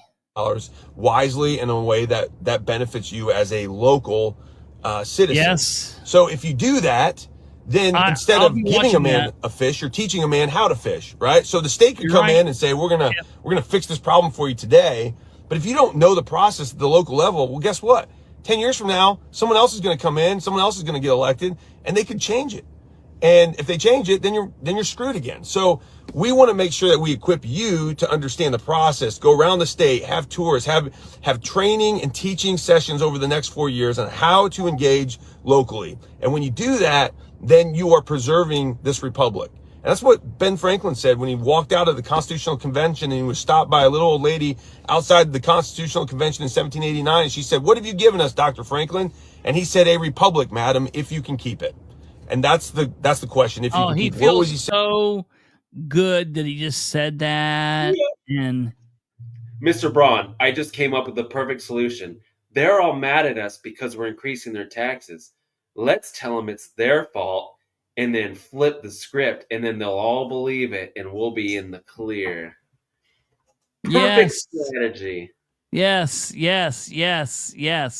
Listen, it was you idiots Republic if you just knew how to keep it. Jeez. Yeah, right. Yes, you're right, David. That's exactly right. I love it, dude. Oh, I'm sorry. It's our fault. Right. So all those people went to the state house, that's not how you do it? Yeah, right. It's in. You have to be well educated. You have to understand the process. So that's I just wanted to lay that out there. So that's where we're at right now. We still have another 3 weeks, 2.5 weeks of session. Anything could happen. SB1 is not done. You guys can be screwed a whole lot more. So you better just tone it down. Lube up. It's not done being edited yet. The Senate or the House could come back with something and say we're going to change it. Right now, we think we got it where it's going to stand, but we still don't know. So, but I've encouraged the governor, if it's going to raise taxes on Hoosiers across the board, he's got to stop it. And he agrees with that. And that's not his heart. His heart is to bring taxes down, property taxes and every other tax. We're not just shifting the burden. But outside of central Indiana, I will tell you this too. I travel the state all the time. I'm putting, I was just in Lafayette yesterday. So I'm going from corner to corner of the state, hearing from Hoosiers all over the place. Most places, like rural communities, they don't really have an issue with property taxes. Listen to this gaslighting that now he's finally getting into Braun's talking points. Because if you remember when Braun and all of them very first started going in, when they were courting Rob and Rob was courting them and all that stuff was going on, Braun's initial statements were like, it's not really, I'm not really hearing it everywhere. But then he found out that most of the people were fired up and that's the way you need to go. So he got like on board real quickly. That's what they were doing. And so now we're back to that. Well, we're giving you guys what this is because everything's okay. Yeah. What corner of the state are you in now, Micah? Yeah, so apparently all these people are misnomering and saying that they're having property tax problems, but apparently that's not true. Most people aren't having any of those. So you guys who are saying your property tax went up, you're liars. You liars. Yeah, you're right, Kiff. I'm sure there. Yeah. Central Indiana, the donut counties, they really do. Those are the ones that are hurting. And so in the central Indiana, donut counties, some of the suburbs, we hear about property taxes all the time. And we did on the campaign trail. Some of the bigger towns, we heard about that. So that was happening. But in these small rural communities, the property taxes aren't too bad for some of these homeowners. Now, farmers, it's a different story. I heard about that. Farmers have been screwed, every which way for the last 15 years. That's a whole nother. DJ's in the corner. I mean, JD's in the corner saying, talk about the farmers. Bring up the farmers. Yeah, my family's multimillionaires and they're having to pay taxes. If we push my plan, then my family will save bajillions of dollars every year, and then we can push that on to poor people that can't afford homes. Yeah, right. Well, now, how dare you, Krista? He's clearly in rural Indiana right now. Don't you see some green trees in the background? He's in rural Indiana right now making this. Why does he keep making this face every time I pause it? This is weird. If you scroll down to his lap, you'll see JD is why. Other issue, and this bill, SB1, does not really do much for farmers, which kind of ticks me off. And we've got to come back next year and make sure that the farmers are. What? It ticks me off. Yeah, so right. That's farmers. Now, did you just hear that? Because remember, Rob and everybody was saying they've got to get it fixed this year. If they don't get it fixed this year, Braun is a one-term governor. Now he says, well, we got to come back next year and we're going to fix it for the farmers. What do you mean? And then we got to come back the year after that. And when they mean fix it, they mean we're going to pay more when they're done. That's what fix it means. Well, are given relief. Yeah, right. However, I will say this. So if you missed the beginning part of the, I think DJ must have called him. Look what happened there. Farmers are given relief. However, I will say this. So if you missed the beginning part of the video, go back, rewatch it. I'll post this. You can watch it. And I explained all the property taxes. Like I explained it all. I made it all common sense, and I got it out to you in 10 minutes. It's all. I didn't hear him say a damn thing, really. Here's the Cliff Notes. He talked to Mike Braun. He had a great idea. It's to teach people how to tell them to stop increasing our taxes, that most people aren't having a problem. It's only the donut counties. Oh, wait, except for farmers. And for some reason, we didn't help farmers with taxes, but one year we'll come back and do it. That's what I've gotten so far. Am I missing anything? No, I think that's pretty good. Well, you're missing the outro. Wait till you hear his outro.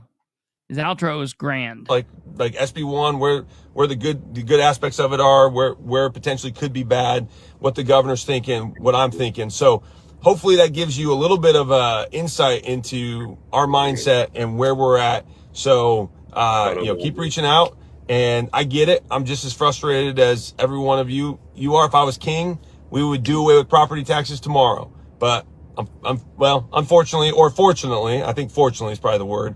I'm not king. We don't want a king. We're not in a monarchy. But the unfortunate part about that is it takes a lot of people to do a big change like this, and we don't really have a legislature that same team. It takes a lot people of are people all on the same team. Yeah, right. Every person you need to be involved is on the same team. There's exactly 40 people that aren't on your team. And honestly, I think if you just talk some common sense, probably they would be. I mean, you know, out of 150 people, you guys have 110 of them. You know, that's what I don't get. Are those 40 people that powerful? Yeah, dude. And have you not heard and looked and seen some of them? Some of them are downright goofballs. Some of them are never mind. But then some of those 40 people are more conservative than any of these 110 people. Like, dude, that Delaney is kicking butt. Yeah, right. I'm like, I'd like to get a hold of him and see if I can get him to come on. He seems like I really like him. I do too. He's being very conservative. Yeah, it's he's wild. one of the few people fighting back against Diego and his bull crap. It's wild. Dude, Diego. There's so much to cover. Like, I've literally had to not talk about Diego because there's been so much stuff going on. But the Diego stuff is great. It's still crazy what's going on there. Did you hear that he's having new carpet put in his office to have like his picture put in like emblazoned in the carpet? Yeah. Why is Michael leaning in for a kiss in this still frame? I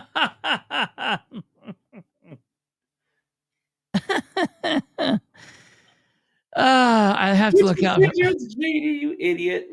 What? JD said, I have to look out for my constituents is why he's closing Union School Court. Oh, God. You know, I'm really interested in anybody out there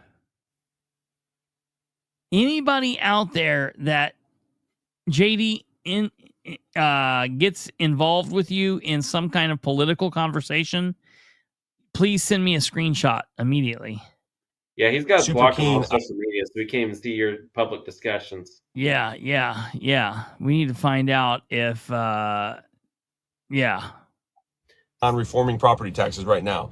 If we can't get it right, one of the things I will start calling for, and I'll say this, is to get rid of the assessed values as being the basis for our tax rate. I think the assessed values is what screws everything up. You should just be taxed on what you paid for the property if we're going to allow property taxes to begin with in the first place. And I said at the beginning of this video, I don't even think property taxes are constitutional. However, if that's where we're going, then it should just be based on what you paid for the house, 1% of the purchase price of the house, as long as you own the house.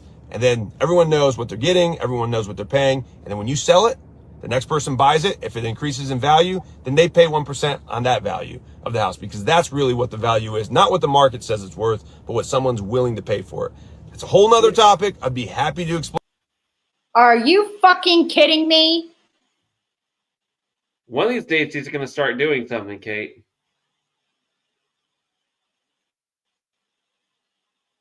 He just lifted Rainwater's plan and claimed it as his own. You piece of shit. Yeah, I wanted to play this. I wanted to play this when Don was on, but he didn't really seem like he was in a mood for it. I don't know that if he's heard this, but it would probably be good to be like, hey, you ought to check out like at least the last 5 minutes of his 12-minute little deal here.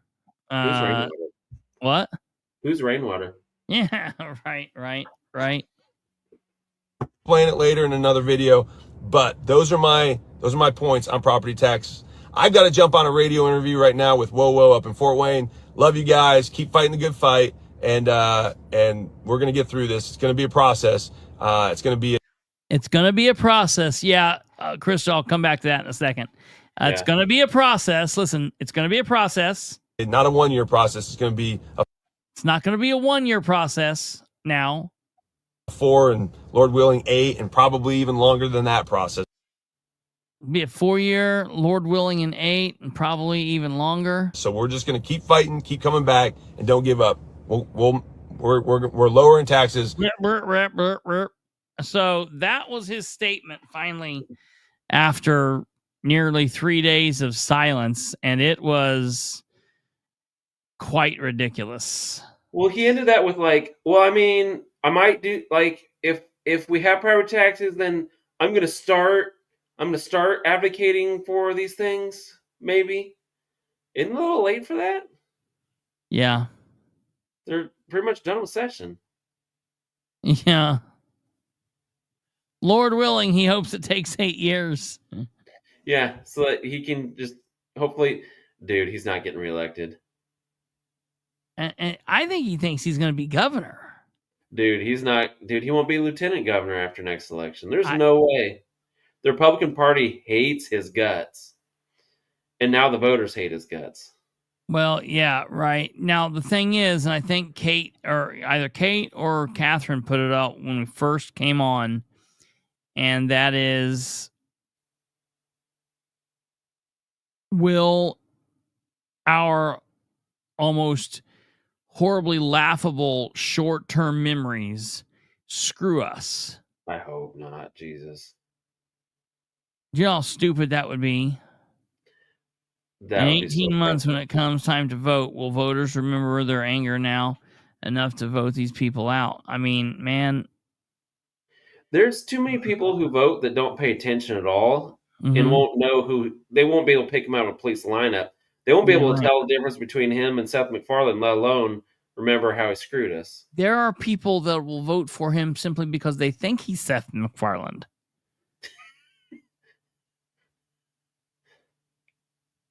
You know, and that's crazy. And I saw that kiff about Delaney and the IADC, which absolutely needs to be blown up, and I completely get it. But man, I'm just telling you, when they're standing in there and you cannot get the Republicans to say a damn thing, common sense or conservative wise, and then Delaney's like, "This bill sucks," you know, look, I got to give him that attaboy when he says this bill sucks. You know, it is what it is.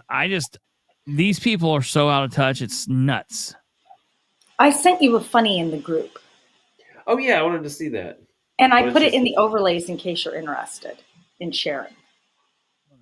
Can we see it without sharing it? Do we want to share it right away, or do we want to look at it? You go to the group.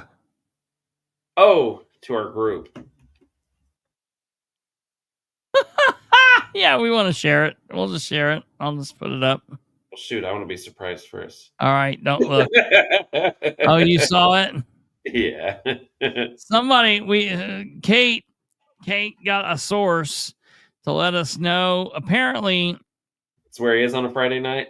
Yeah, apparently somebody. Hold on here 1 second. Let me see this.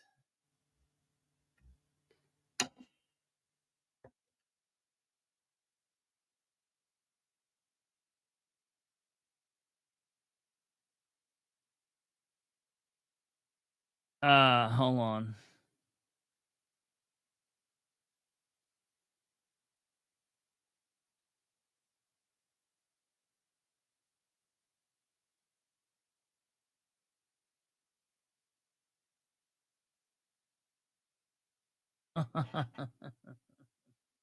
So yeah, sorry, I was looking at something else there. So apparently somebody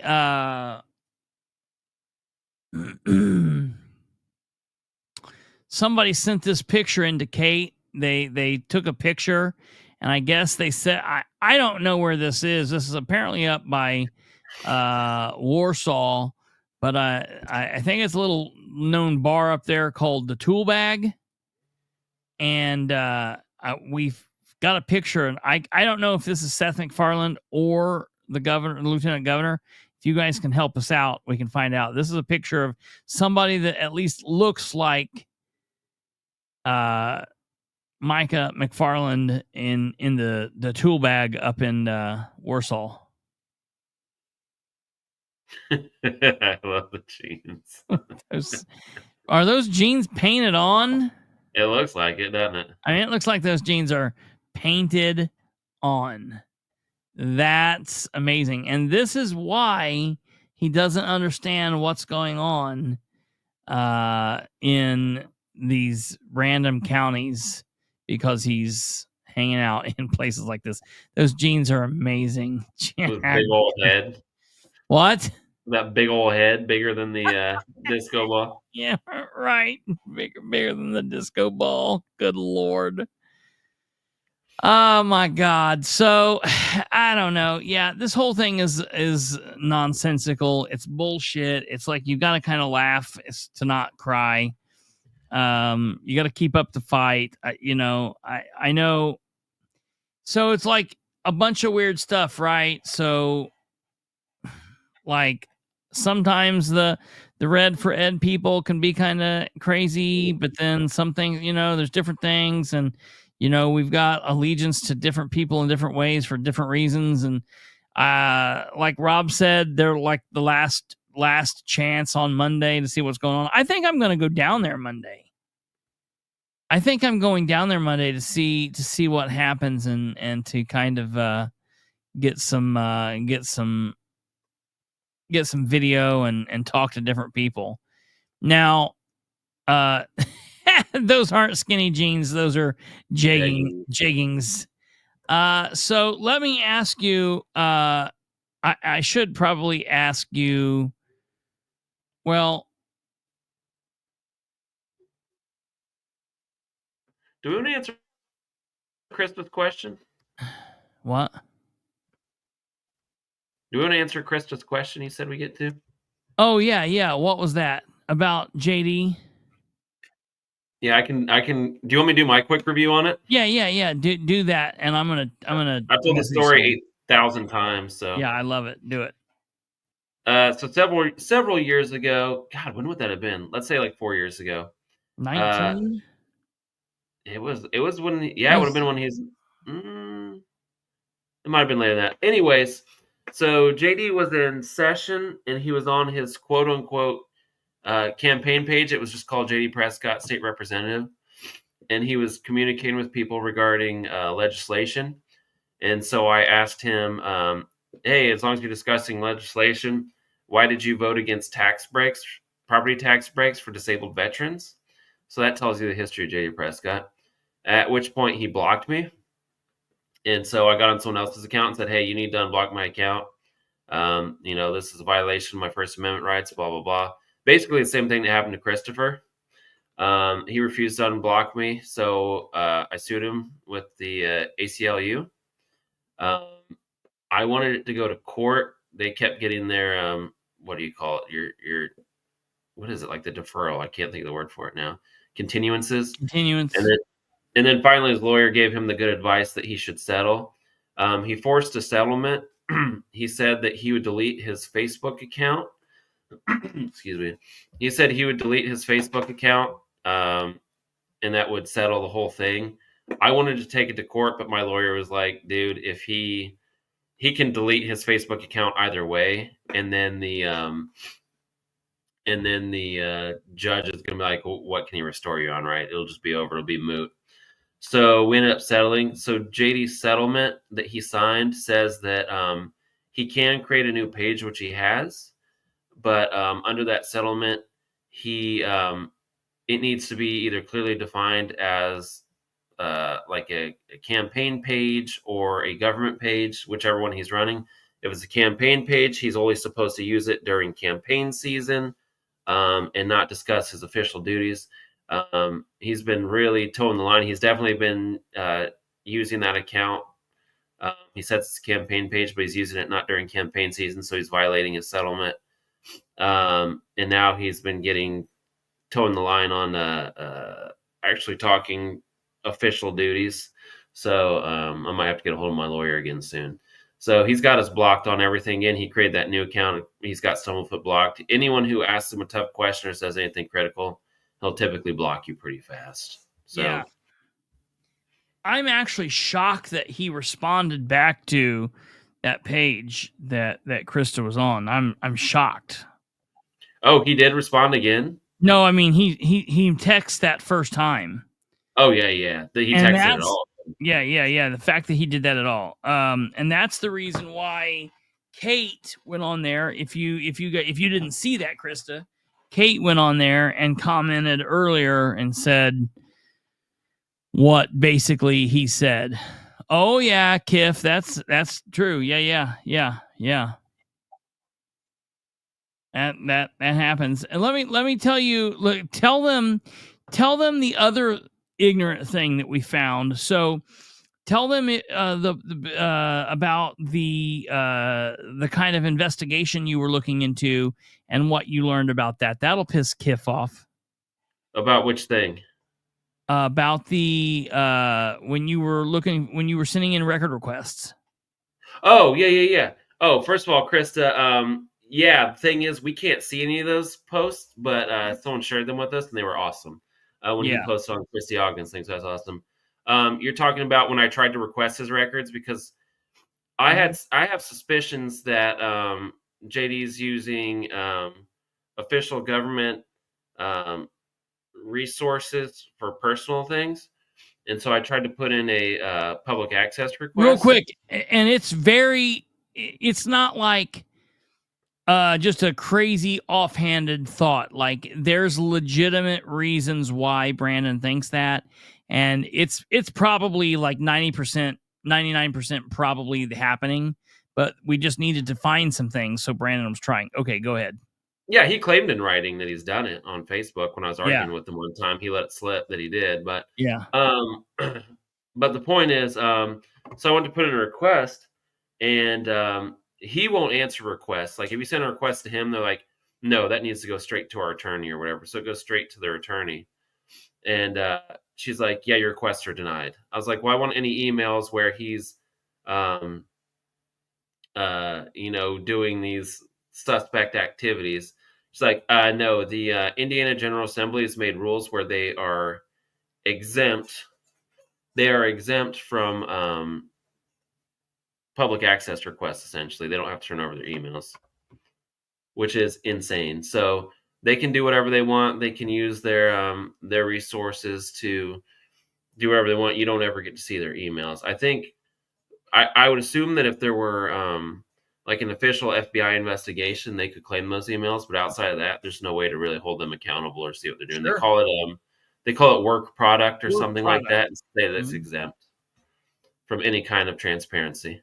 Which is complete bullcrap, man. It's utterly crazy that they can be putting themselves in a situation where they're doing wrongdoing, and then they can make a rule that they're exempt from the public access counselor, from public access law. Yeah, and I get the point of, maybe like they're trying to defend, they're like trying to protect constituents because they don't want them to, get dogpiled because they're asking for something unpopular, But I don't care if they like redact people's names. I don't need to know that. Yeah. I don't need to know that Krista here by name emailed him asking him why he did this or that. But it would be interesting to know that somebody asked him this or that. You know what I mean? Yeah, they can easily redact that information and send it out. And yeah, I don't have fun with that. But yeah, so you can. I did find that you can. There are certain official documents that they'll still give you, like if you ask for like specific budgetary type things, like how Christopher said he wanted to know who paid for that equipment for Micah Beckwith. That they would probably give to you. But general transparency. And I talked to Luke Britt about it, and I was like, "Is there anything we do about this?" Like, not really. He's like, "I'm not saying I agree with it or don't, but." What would be interesting is to run this back through with Jennifer Ruby. Yeah, I was curious. I don't know. I don't know anything about her yet. I haven't communicated with her, but I think she's pretty smart. I know of her, and I think I've never heard anything but good things from her, and I think that this will be a good fit for her. Now, I'm sure there will be some growing pains, and I I've contacted the office, but I haven't spoke like directly to her since she's been there. So I need to reach out and like say, hey. Yeah, I feel like Luke Britt was pretty good, but they did their best to tie his hands. Luke Britt was really good in the early days. And like I remember in like 2015, 2016, he was badass. And I think they just slowly wore him down is basically what they did. And I'll say nothing else, he was responsive for sure. Mm-hmm. Oh yeah. I could be having like a real-time fight with a elected official, and I would pick up the phone and I would call him. I had a cell phone number. I think that he gave to me by accident, because then I like started calling it. But when I realized it was a cell phone, I tried to never misuse that. I try not to do that to people. And I one time was standing in the Delaware County Clerk's office arguing about some nonsense, and I was like, "Screw this! I'm calling a cell phone." And I called him, and he answered that, and he stood right there, and he answered a question, and was like came on my side of it, and was, stuck it to the old clerk, and made him follow the rules, made him follow the laws. So that was definitely good. But hopefully Jennifer's going to be hands on and will be good. I don't know. I don't know. It'll be interesting. Yeah, I got nervous. Anyone who's appointed by Governor Braun made me a little nervous, but I know. Yeah. Krista, do you mean Chris Cundiff, who was awesome as well, and was very intelligent, good looking, and smart, mostly because his name was Chris with a K. So nice. That just how that operates like that. But Chris Cundiff was a pretty cool dude. I don't know if he's still there or if he's gone, because when Luke left, I was like, I tried calling the office a couple days later, and like it was like nothing existed. It was like they came in and did the whole Men in Black thing, and Chris Cundiff never existed. So I don't know what happened to him. Hopefully he'll be there. I don't know if she brings her own people in or what goes on, but that would be a major loss, because I was hoping that I was like, well, at least Luke's people will be there to help kind of, bridge that gap. But then I was like, all of a sudden he didn't seem like he was there. So I don't know. Is Krista a District 33 person? Yeah.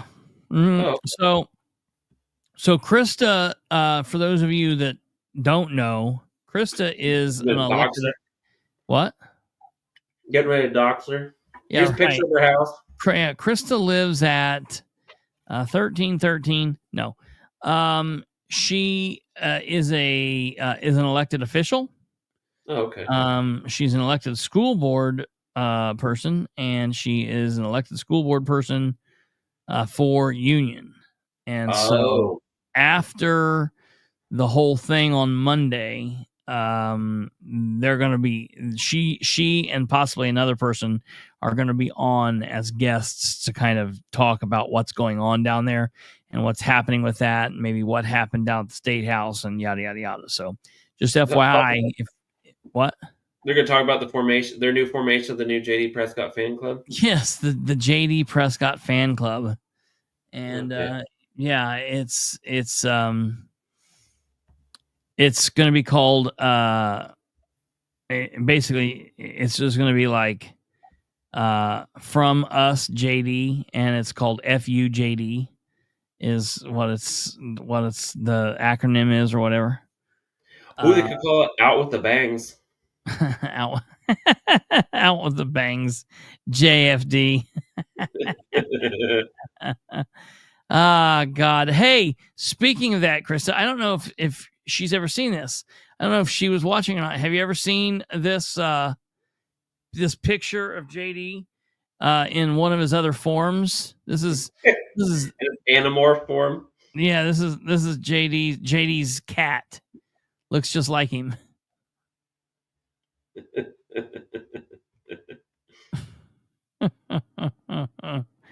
God, I'm telling you. That's he's He's a bigger pussy in his human form. Dead. I love it. Have you been drinking? No, just water. Dude, I'll tell you what, man. I'm having a great week. Just knowing that JD's having such a bad week. Listen, every day of this week, like, he's been so happy. I'm going to tell you, for like the last year, Brandon has been kind of like down politically. He's been kind of like Eeyore-ish, mopey, like, you know, it all sucks. It's all bad. But I will tell you, Brandon has been having one of the best weeks that I can recall him having in quite some time. This may be even better than his birthday week. Yeah. Because JD has been being called on the carpet. Like, I don't think you guys realize, I don't think that you people understand how bad it was. Like, we've been several different times on the Kendall and Casey show and been down there talking to Rob about what a turd JD is. And Rob never really had much interaction with him. What Rob's interaction was Rob got kicked out of, yeah, right. Yes, Krista, that's exactly right. Rob got kicked out of videoing, who was it? Todd Young? Oh, yeah. Todd Young. And so, yeah. And so when we had our interactions of JD trying to kick us out and stop, you know, doing things, several times. We like bonded over that. And so that's when Kendall really kind of got to following JD, and he started calling him the try guy. And, you know, they were always kind of, you know, enemies. Well, then all of a sudden, Kendall, you know, gets buddy with Prescott, and Prescott and JD are buddy. And so JD got a free ride into the inner circle at WIBC, and he was appearing on the radio. And we were kind of sitting back saying, like, dude, this is, I remember the very first thing when all that happened, when he went on there and he talked about his plan, and Brandon calls me and says, did you hear what Rob just said? He just said that JD's great and we need 100 more like him. And I'm like, dude, that what? I like threw up in my mouth a little bit. Yeah, it's like, what in the world? No, he's not. We need 100 more like him at the bottom of the ocean. Like, you know. No, he didn't apologize. I mean, I wouldn't expect him to apologize to us. So did Rob ever apologize for his attitude stuff towards you with JD? Said, well, you know, I think what she's referring to, if I'm not mistaken, I think she's referring to, do you remember? I don't know if you remember or not, but Kendall and I did take some shots back and forth to each other, kind of like I did it on the show, and then the next morning he was like, there's a reason why some people have 40 people watching live on their shows, their podcasts. Oh, yeah, and we have, you know, and so they kind of took some shots. And so there was a minute that it got kind of testy. Oh, I remember that now. Yeah. You know, because of the whole Don thing. I mean, it was real weird what happened with Don too, because like my whole deal was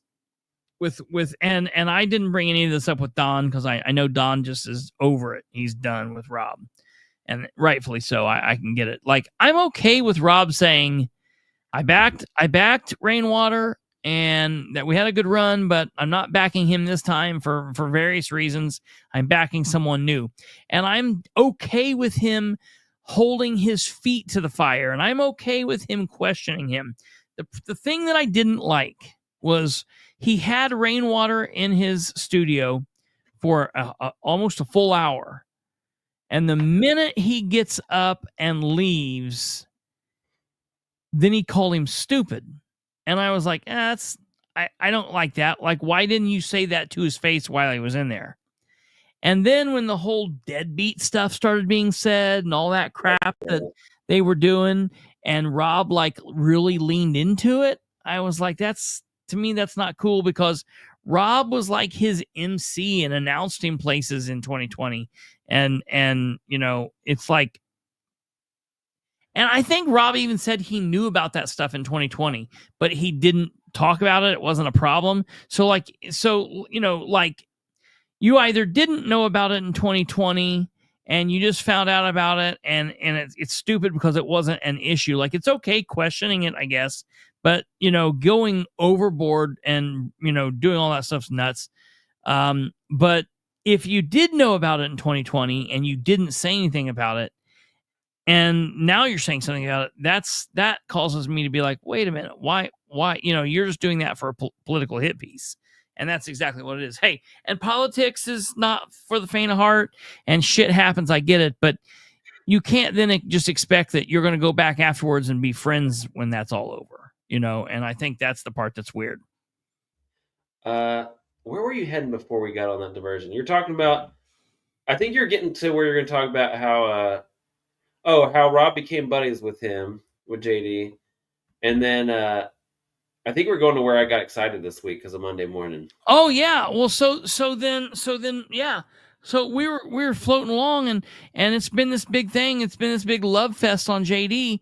And then Monday morning, we're just doing our things, and JD's like, screw you, or Rob's like, screw you, JD, and all that stuff that we played or whatever. And I'm like, Brandon, are you listening to this? And he started listening to it, and it was just crazy. And it seemed like every day it just like picked up more and more and more. And so I was happy when he pushed back. I was happy when Rob pushed back on Braun.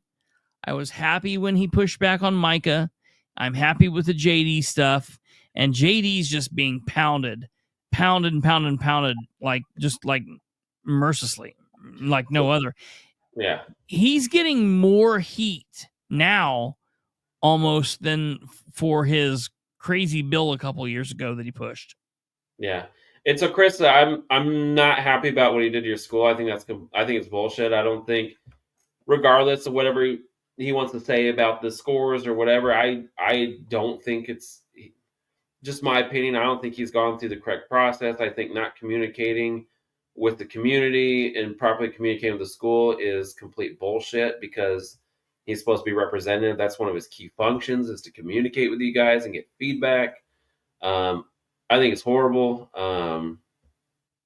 So I don't get any delight from that, but I do like seeing people tell him what a butthole he is. Right. Because he's always been a butthole. I think more people are seeing it now, unfortunately.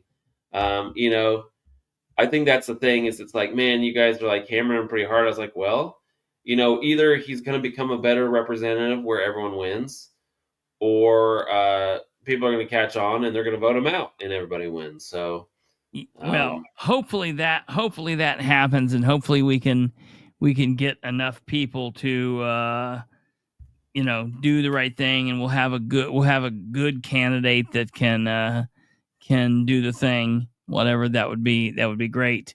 The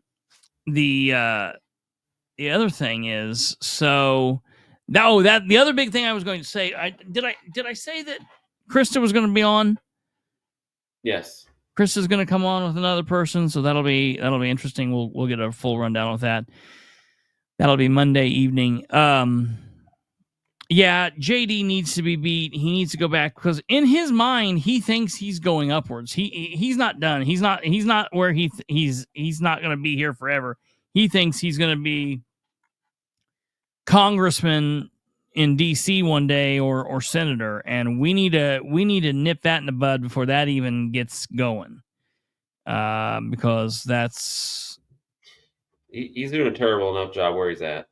Yeah, we don't want to give him anything extra. So if we can help do that, we will. We're going to, obviously, like I said, Brandon's got some prior engagements. I know that he's absolutely disappointed by that, but he'll have a good time doing what he's doing. But we will be here on Saturday, the 19th. That's a week from tomorrow.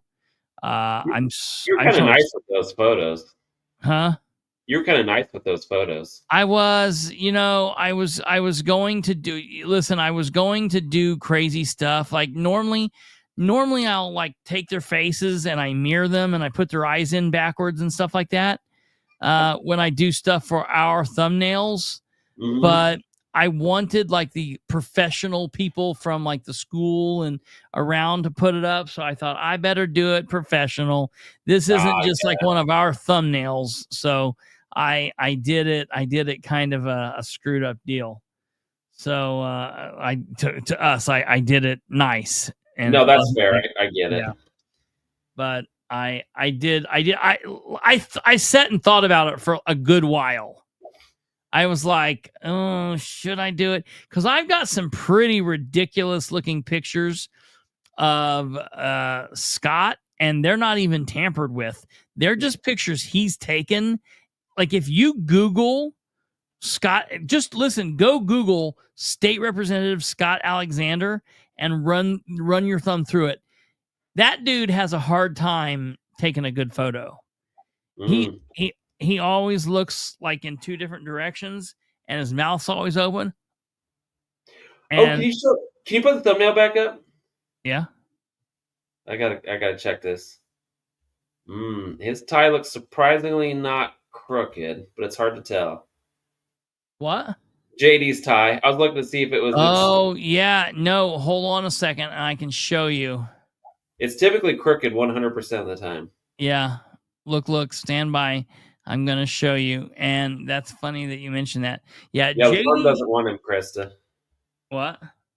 Krista said we should go back to the farm shirts, except it seems like an insult to farmers. Yeah, I don't think the farmers want him either. Yeah, right.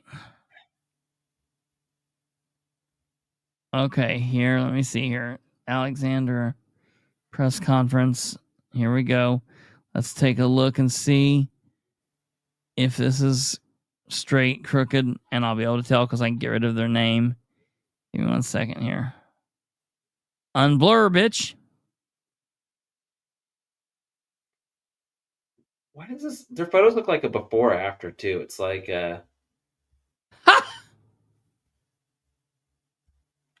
their photos. Yeah. You know, I hate it. It's pretty straight. Look here. I'll let you see got the thumbnail up. Oh, there we go. Yeah, Alexander State Senator. Yeah. You said representative, but oh, sorry. I think that's what Jackie's correcting. Yeah, Representative Prescott, Alexander State Senator. Oh, yes, when you were Googling. Yeah, sorry. Okay, here we go. Here's this.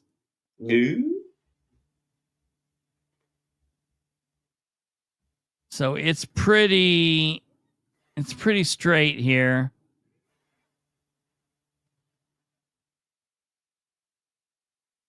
I mean, it kind of juts off there. You see, it goes to the left a little bit, but it also it's kind of. No, he makes sure his tie is always far right.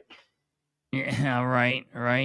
And then here's this other photo of JD Prescott that a lot of people haven't seen of him. Give me 1 second. Oh, you've got it open in Canva here. Yeah. I like the one I always use where he's got the one eye open where his brain's short-circuited. Yeah, dude, that is really screwed up. It's a clip-on. What? Yeah. Okay, I think this is his official. I think this is what they have hanging on the wall down in at the Indiana General Assembly, or like by his desk, one or the other. I'm not really sure, but I think this is what it is down there.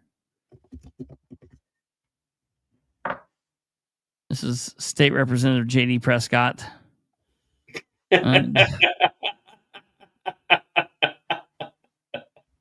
It's horrifying. It looks like something out of Hellraiser. Yeah, it does. Yeah. Well, so then the other thing here is, I've got tons and tons and tons of different Prescott actual pictures of actual Prescott photos. Let me see here. I love the state mascot. The Hoosier What? state mascot. What did you You say? made the Hoosier state mascot one. Oh yes. JD running out the door with the bobblehead. Yeah.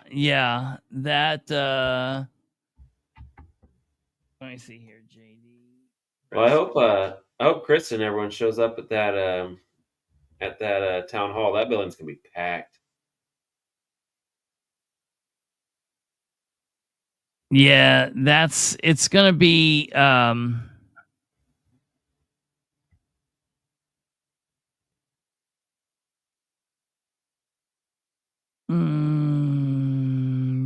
it.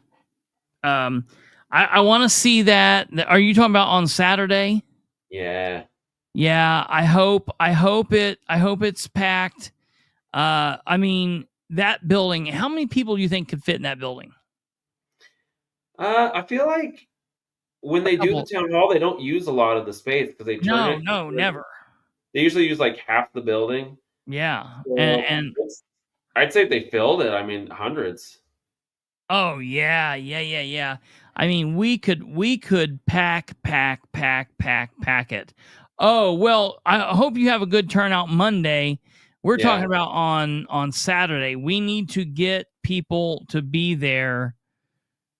We need a ton of people there on Saturday, because if we can pack that place, he'll go crazy. I mean, he will not be able to deal with it. Chris, are you aware that one of the last times he did a town hall in that building, he ran out crying? Are you aware of that? Are you asking her? Yeah, I'm asking Krista. Like, are people aware of that? Let me see if I can find that picture. It would be good. Oh yeah, surely. Yeah, if you go to that Reddit, you can find it. Yeah, Krista, are you guys aware of that?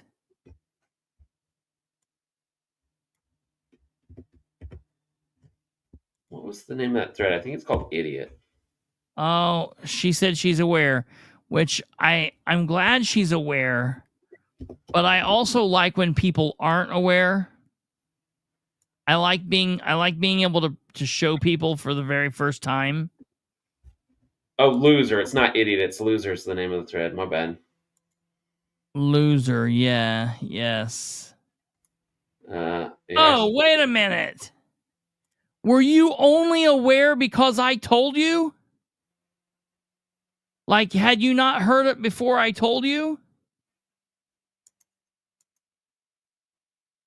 I don't know how to do this. Oh, Chrome tab. Yeah, that's what I'm going to share. Oh, there we go.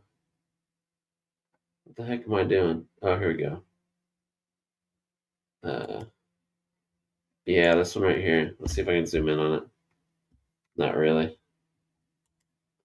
Oh, there we go. Yeah, this was JD in the middle of a storm out where he's wearing that holster weird. It's supposed to be an in the pants holster, and it's on the outside because he brought a gun. He like made a big deal about like when he went to sit down, he like in the front of the room, he had been wearing a jacket, and he like slowly took the jacket off and kind of like turned to show everyone that he was wearing a gun, and then sat down. Yeah, we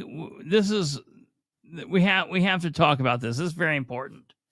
I am a major Second Amendment fan. Like we all are.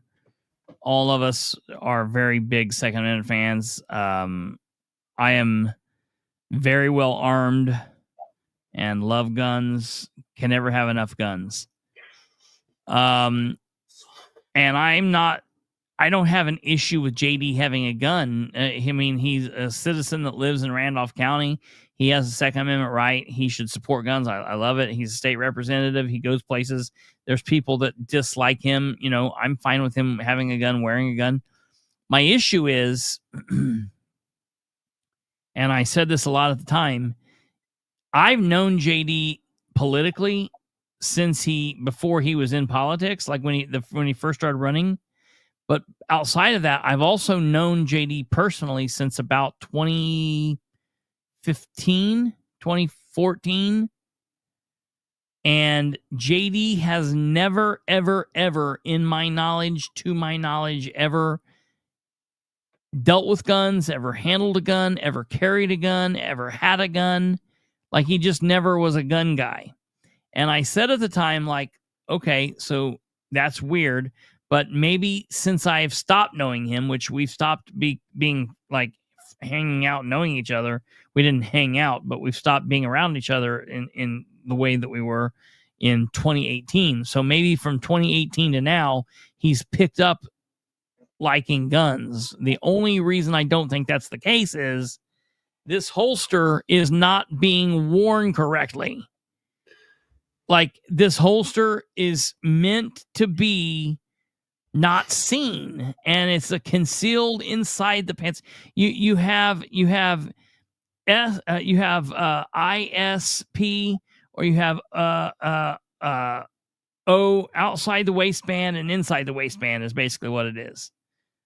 Inside, so IWB and OWB, inside waistband, outside waistband. And that holster was made to be worn in the way inside his pants. But he wanted people to see that he had that gun, so he wore it like a complete idiot and made a point of tearing off his jacket to storm out after a family friend asked him a question. Yeah, it doesn't make you feel very safe with how he doesn't even know how to wear the holster, that he knows how to properly handle that firearm. Yeah. But it is what it is. Oh, man, but that was so funny. I was driving there. I was driving to this town hall, and I was late. I will not be late Saturday. I will be there at 7 o'clock in the morning. I was late going there, and I was like 5 minutes out, and Brandon calls me. Brandon's texting me, and he's like, "Oh, dude, you got to get here. You got to get here. JD's flipping out." And I just thought, like, all right, he's bullshitting me. He's just telling me that I'm late. Yeah, it was early too. It was like first question, like, dude, he already stormed out on the first question. It was the first question, and I was like, he's just bullshitting me because I'm late, like, playing with me. Like, and yeah, then, right. And he's texting me, and he calls me, and I'm like, uh-oh, he's calling, and he's like, no, we're just waiting. He stormed out. He's gone. And I'm like, oh my God. He's out back crying. They're giving him a lollipop, trying to calm him down, right. So come back in. And I was like, dude, this is something is nuts. This is crazy. This is really crazy. So That's the guy representing District 33 in the State House. That's the kind of pressure he can't handle. That's insane. I don't. I mean, I'm not going to say carrying a. I mean, I don't believe carrying a gun makes a person insecure. I think it makes a person prepared. But I didn't care about the gun. I'm just saying the instability that someone says that one thing, you run out crying. Yeah. No.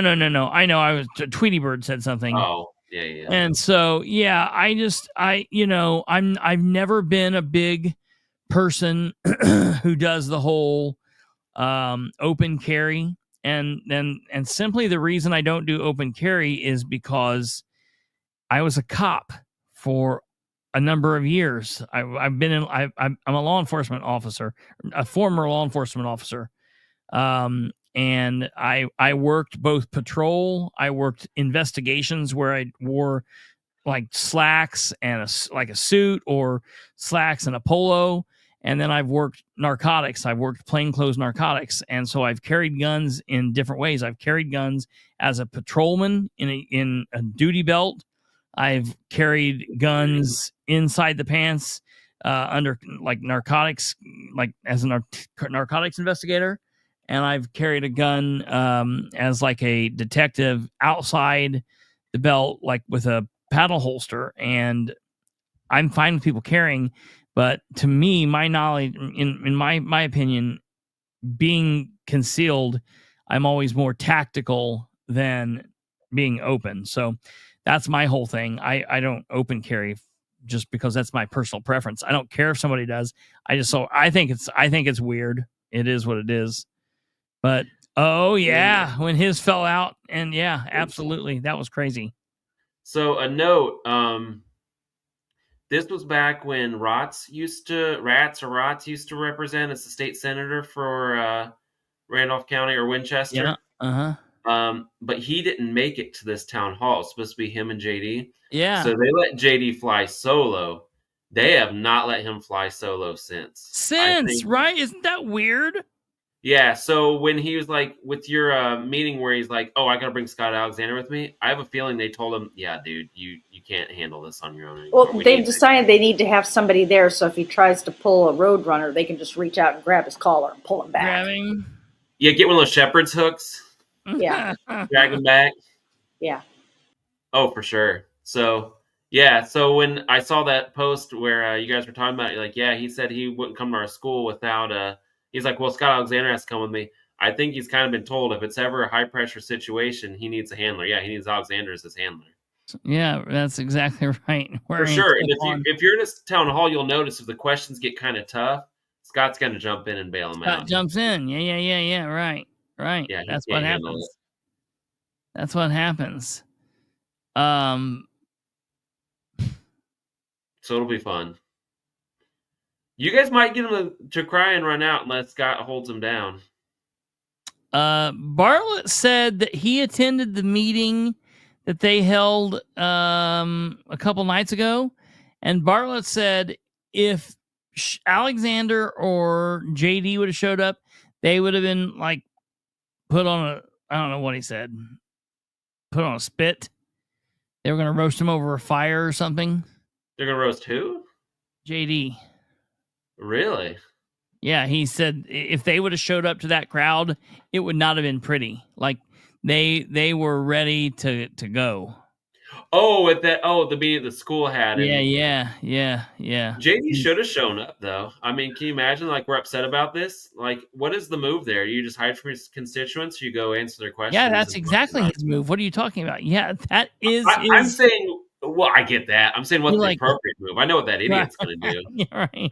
I'm saying if you're like a competent representative, do you show up and like talk to people and ease their fears, or do you hide from them? Yeah, right. Like that's what I would do if I was an elected official. If I was an elected official, I would have no problem talking to Republicans. I would have no problem talking to Democrats. I'd have no problem talking to people who were mad at me. That's what it is. And if you can't do that, you shouldn't be there. Yeah, I agree.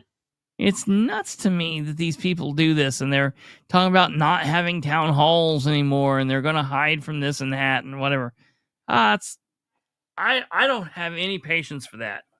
No. All right, you're out. You're done. So, well, Brando, I appreciate it. You have any last minute words? Yeah, it's good seeing everyone. I haven't been on for a while.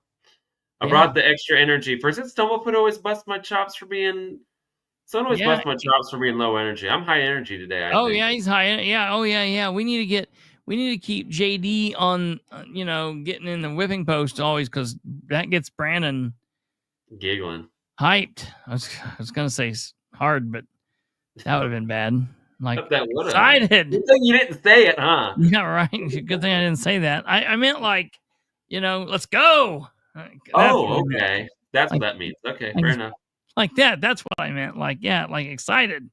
Jesus. Kung Fu power. Okay. So, well, I appreciate it. And as always, we enjoy having you here. And so come back anytime. We'll see you again next year. Yep, see you guys probably sometime. Yeah. Maybe in the fall. We'll see.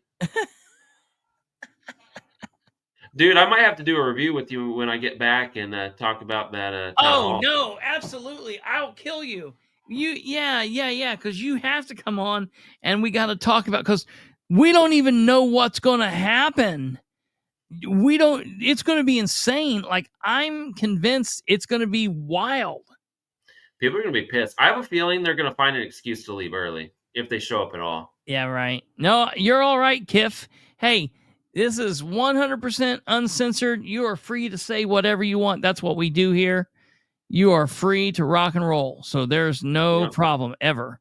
So, all right, Brandon, stay put just 1 second. We'll be back with you, brother, as always. There goes Brandon, ladies and gentlemen. Oh, my God, my big head. So thank you for tuning in for us this long-ass show on a Friday night. We talked to the man, the myth, the legend, Donald Rainwater. Had Brandon by our side here, Kate, as always. And we can't forget you guys. Thank you for being here. Share the show with everyone you know. Smash the like on your way out. Do not leave without hitting the like if you can, please. Thank you. And if you're watching on Facebook, you need to start watching on Twitter or YouTube or Rumble, because Facebook's getting ready to do some crazy shit. So we're going to have to work it out. If you can't figure it out, get a hold of me. I'll help you, because you don't want one day to just all of a sudden not be able to see us. Your programming is changing, and it's not our fault. Nothing we can do about it. So come over to YouTube, come over to X, come over to Rumble, and we'll get you taken care of. All right, ladies and gentlemen, thank you all very much. We will not be here tomorrow. Tomorrow is Saturday. I will be putting up maybe some short contents or some static videos, so be looking for that. I'll also be on social media. You'll want to check us out on social media, because that's always where we give you content when we're not live. So check out all of the social medias and like us all there. Hey, I'm almost close to my limit on Christopher H. Bilbrey on Facebook of the Bilbrey 318. So get in there while the getting's good if you're not. And other than that, just follow me there. All right, you guys have a good night. Take care. God bless each and every one of you. We'll see you back here Sunday night, and after Sunday, then Monday with the school board people. That'll be fun. So we got another busy week for you next week. Take care. Good night. See you Sunday. Goodbye.